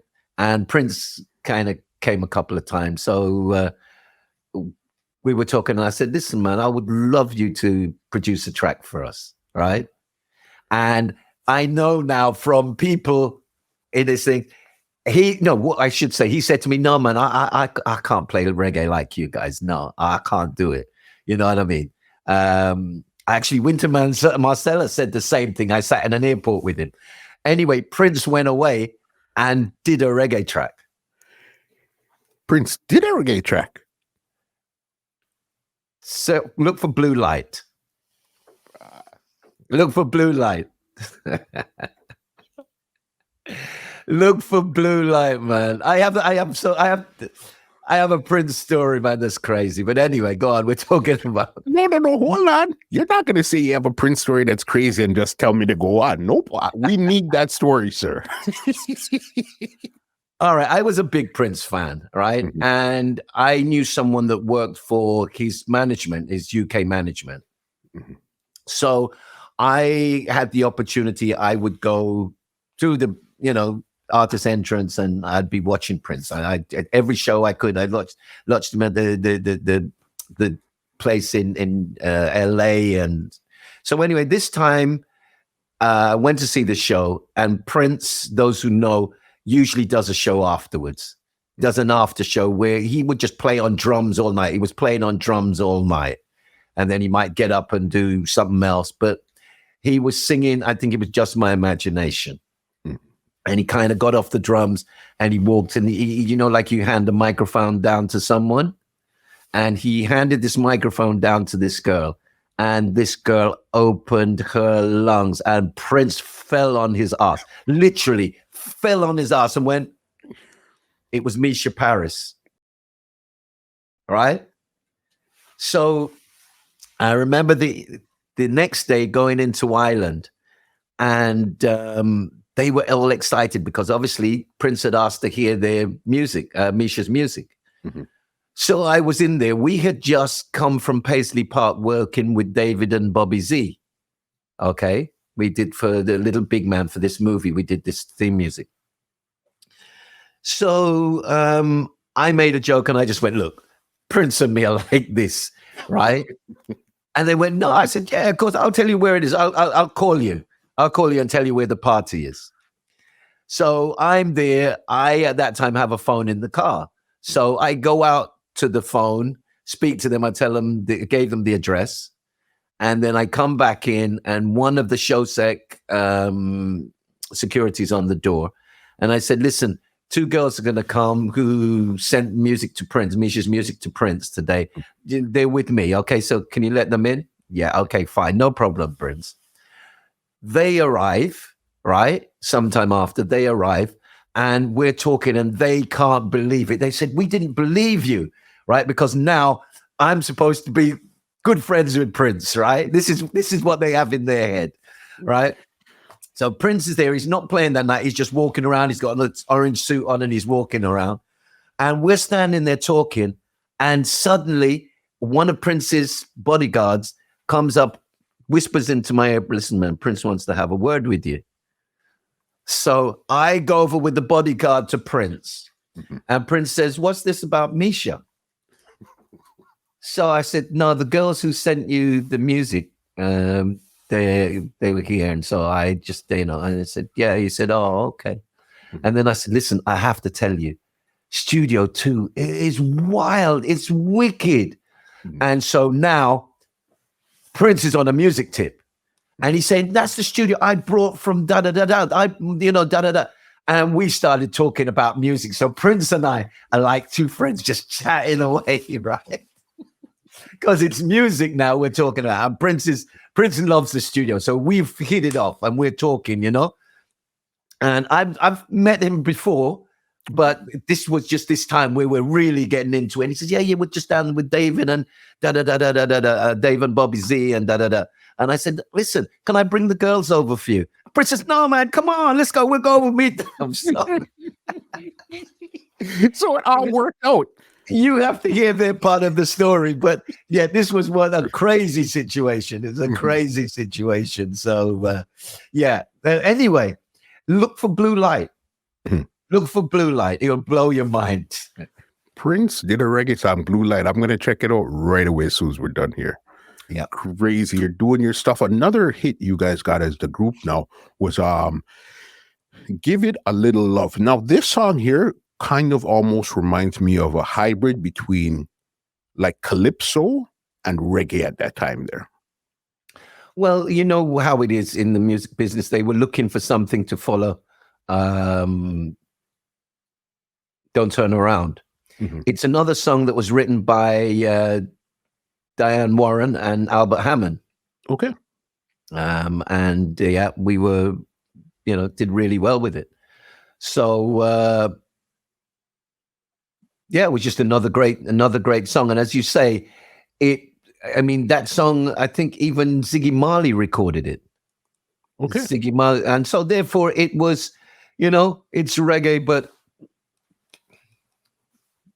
giving it the flavor. Giving it the flavor. But the success in America has kind of eluded us. I mean, with Don't Turn Around, Ace of Base recorded that after hearing our version. Yes. And, Now yes. Yeah. So they had the hit there with Don't Turn Around. But there's an Aswad dub on it as well. So on their album, on their single. Okay. Big. So you guys did all this stuff. This is bringing you up to around 96. You had left the group now. Was there any issues leading up to the leave, or why did you decide to leave at 96? Well, there was things happening, and it's not a matter of leaving. It's a matter of, look, maybe I have to walk a different road. Okay. But like in the Wisdom of Solomon, when two women are arguing about a baby, Solomon said, all right, bring the baby here, let me chop the baby in half. So I just said, listen, I'm not going to stop you guys from working, right? When they come to see me. And so because I've never announced that I left or whatever. It's always just been, and I still work and still do things for the benefit of the band and stuff. So it was 94. You said there was some stuff happening, but it was more or less you. Because when I read, it said for religious reasons. Were you kind of seeking something different? No, I think people just wrote into it or thought into it what they wanted to think into it. Do you know what I mean? We're a close-knit family, and what is within the family is within the family. Do you know what I mean? So you just put that out for PR purposes or whatever the case is. Well, but there was never an announcement. No, there's never been an announcement. Okay, so I've never said that I didn't or whatever. And they've asked me several times, and I've said, when the right time comes, we're going to do it. That was why it was like a real shock when, the passing of Drummie. I mean, although that happened, that we lost Dennis Brown, and I called them up and I said, listen, they want me to do something for Dennis Brown. Let's go and do it together. So we went and did Promised Land for Dennis Brown. Okay. Island 50th. I was working with Sly and Robbie and the I3s. And it was like, listen, hold on. We can't have Island Records doing that and we don't do anything. So we ended I think what was the difference? Most bands, there's one person who's the major songwriter, and he walks away with the lion's share, and the rest of the band get nothing. But way down in 82, I shared all those royalties equally. So we didn't have anything to argue about, like maybe lots of other bands would have, who have that financial. One person has financial security, one person has nothing. So for anything, we could talk about anything, we could do anything. Something came up. Okay, let's. We didn't have a situation where we were not friends. In other words, It was just on a professional level, I guess. At this time, you wanted to venture into other things, see what else was out there, type of thing. At that time, there. Well, no, it wasn't even that. It was just sometimes in life, you find yourself taking a different road to what you believed you would always be walking on. For sure. You know what I mean? I moved away to Spain. Like now I'm living in Poland, and it's I believe that, like I said, we have things that we are supposed to do in life, and suddenly you would do, like, okay, people say, why did you move to Poland? But I've just finished recording a track with what happened. I was doing a show with a Polish band that I work with here. And I was in the dressing room, and these youth were telling me that years ago they just heard reggae and they loved it. And the area that they came from was the area that started to play reggae music. There was reggae bands, just like it was in Ladbroke Grove, okay, or in Trenchtown. And the place is called Klugeberg. And in honor of Trenchtown, they called it Klugetown. And there's a track that's called Klugetown that I've just released, that's just been released. Yeah. And then, you go back and things fall into place. When we did the Miss World competition, Poland won it. When they had their first massive reggae show in 89, right? I was there. Right, I ended up being the compere of the show, and this was in 89. This was their first when they had their first non-communist government. So, yeah, we walk different paths and make different journeys. We don't know why we're doing it, maybe, but there's all sense and purpose to it. At the end, we'll all figure it out. It will all make sense at the end. When everything is said and done, it will all make sense. Yep. But, you've got to be willing to get up and walk the walk, That's the biggest part. So then now you left, you were touring, doing all this crazy stuff. So then now you're on your own. What was your first moves now? Did you start to, what did you start to do now that you left? Did you take time for yourself, figure out what was your next moves? Well, I was still doing music and doing shows. Because that's what you love to do. So I've been doing that all along. Lately, I and two other friends have started a foundation that's called Helping Hands Foundation.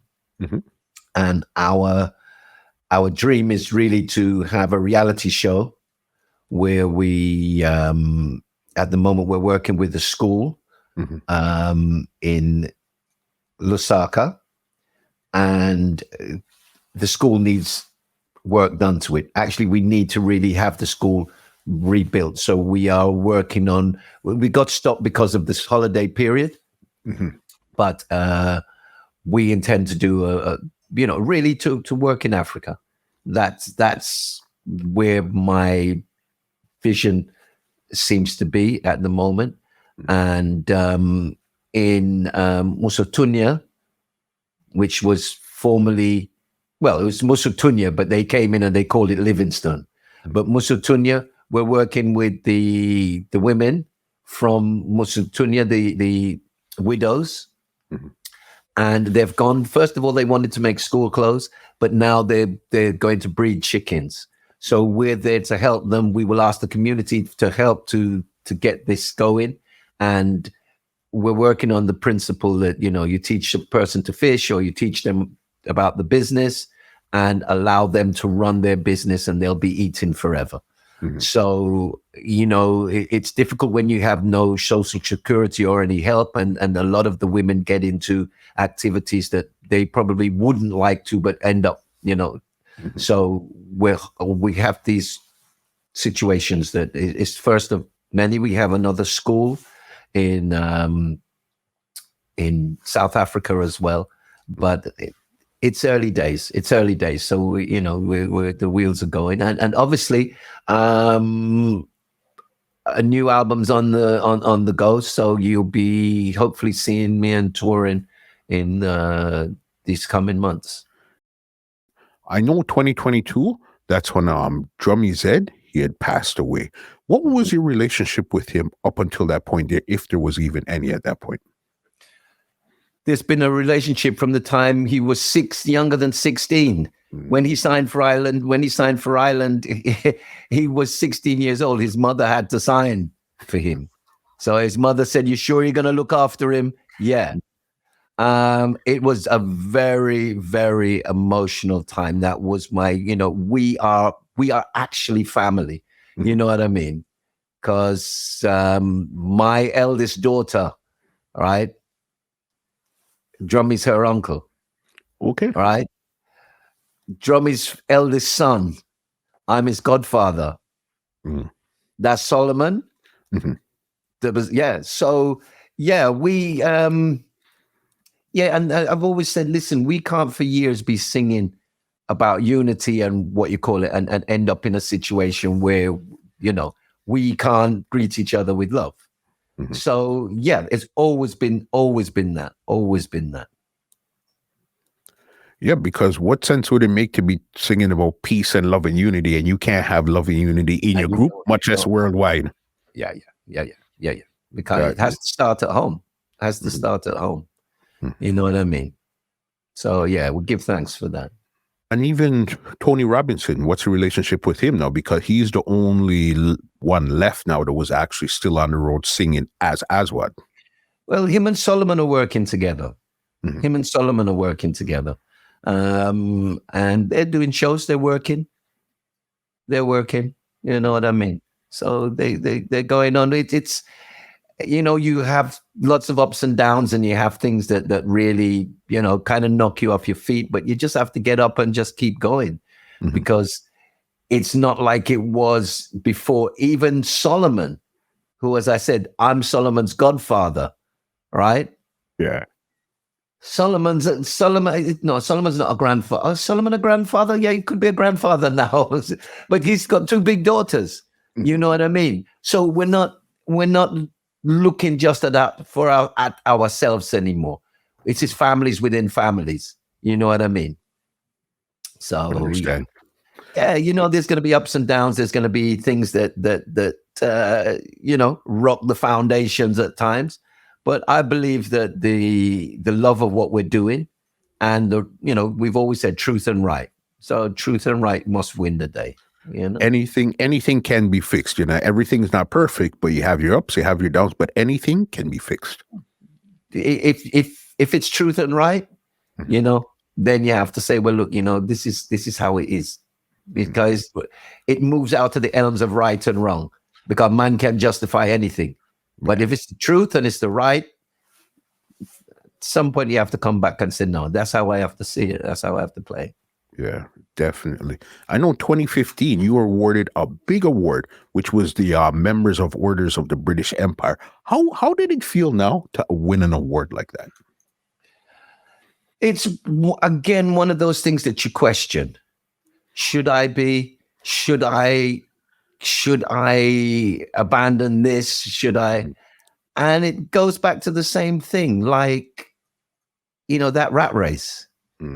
And what really made me comfortable was that the messages I was getting from people was like, this is us, bro. It's like, you winning this. This is us. It didn't feel like you just won this award or were given this award.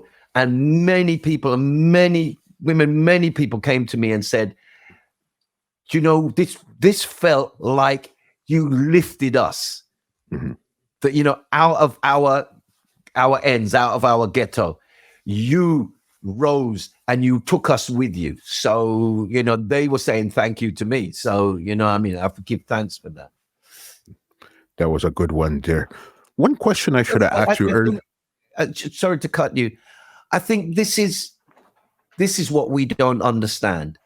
Every nation, right, barring us, celebrate, right? I mean, the Asian community, you do this, and the children are named in certain places, whether it be the temple or whatever. And so it inspires people. It sets a precedence that you have to do the best you can in your life. Mm-hmm. Like my father left me with this saying. He said, life is a gift. Mm-hmm. And the way you live your life is your gift to others. Okay? So it's important for us to celebrate.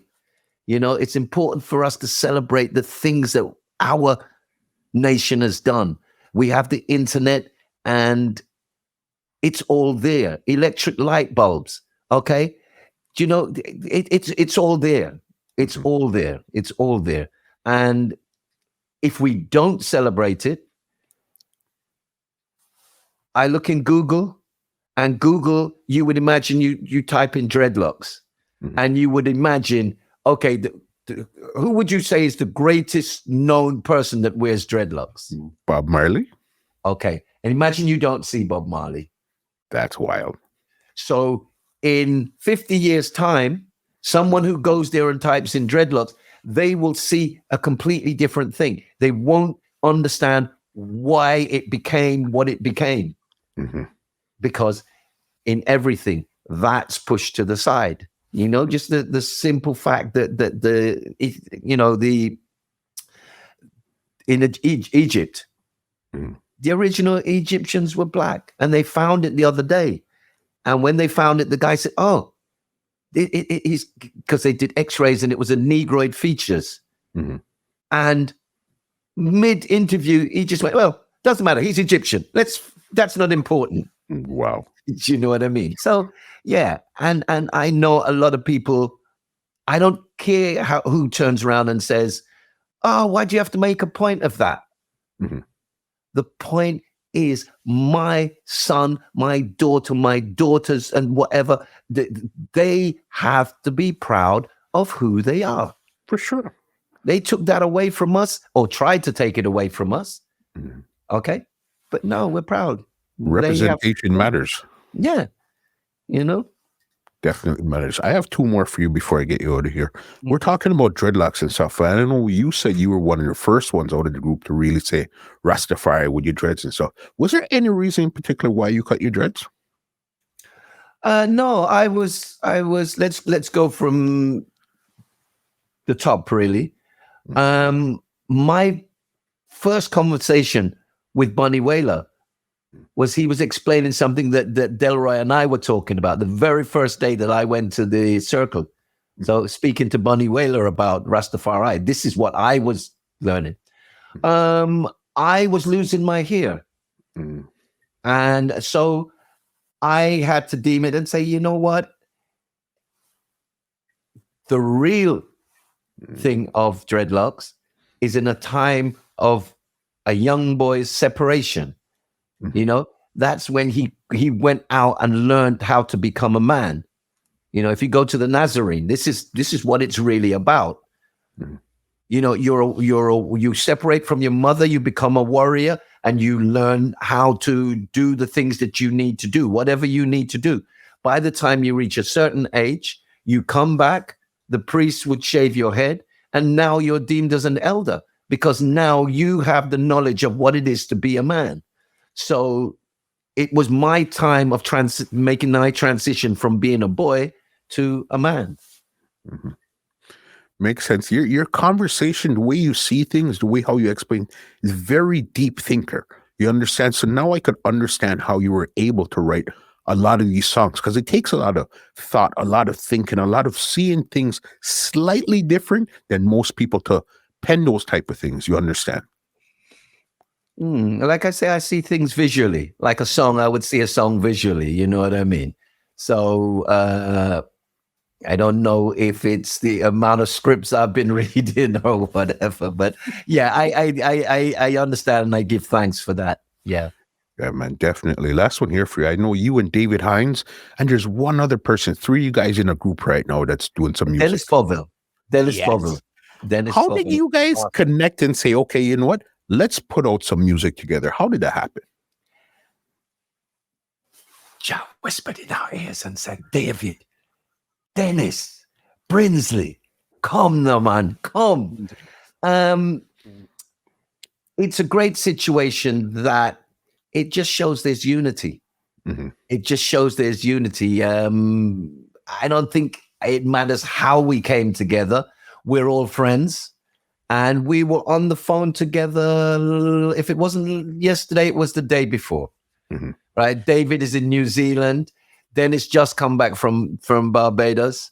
And I'm here. And we got on a 3-way. And all we were talking about is, yeah, man, once we get sorted, we got to drop a couple more music. And then we can do, get on the touring scene again. Because I know you guys have music visuals and all those stuff out right now, too. Yeah. And nothing happens before its time. Mm-hmm. Nothing happens before its time. So the fact is that it's there to be done. Mm-hmm. Yeah. Once the right time comes, we'll just do it. For sure. Mr. Forde, thank you so much for sitting down and doing this, and so we could see how you've seen the world through your eyes, your experiences, and everything. It's been so amazing to speak to somebody like you, because I speak to a lot of the artists from Jamaica and stuff like that, so they'll give it to you from their perspective. But to hear it from your perspective, coming from the UK, England, somewhere totally different, it's been amazing, especially the heights that you took it. Nothing short of amazing, boss. Well, remember, we're still on the heights, guys, and it's more to come. All right, so don't worry. Just hold tight. Mr. Forde, formerly Chaka B, thank you so much for sitting down and doing this today. You understand?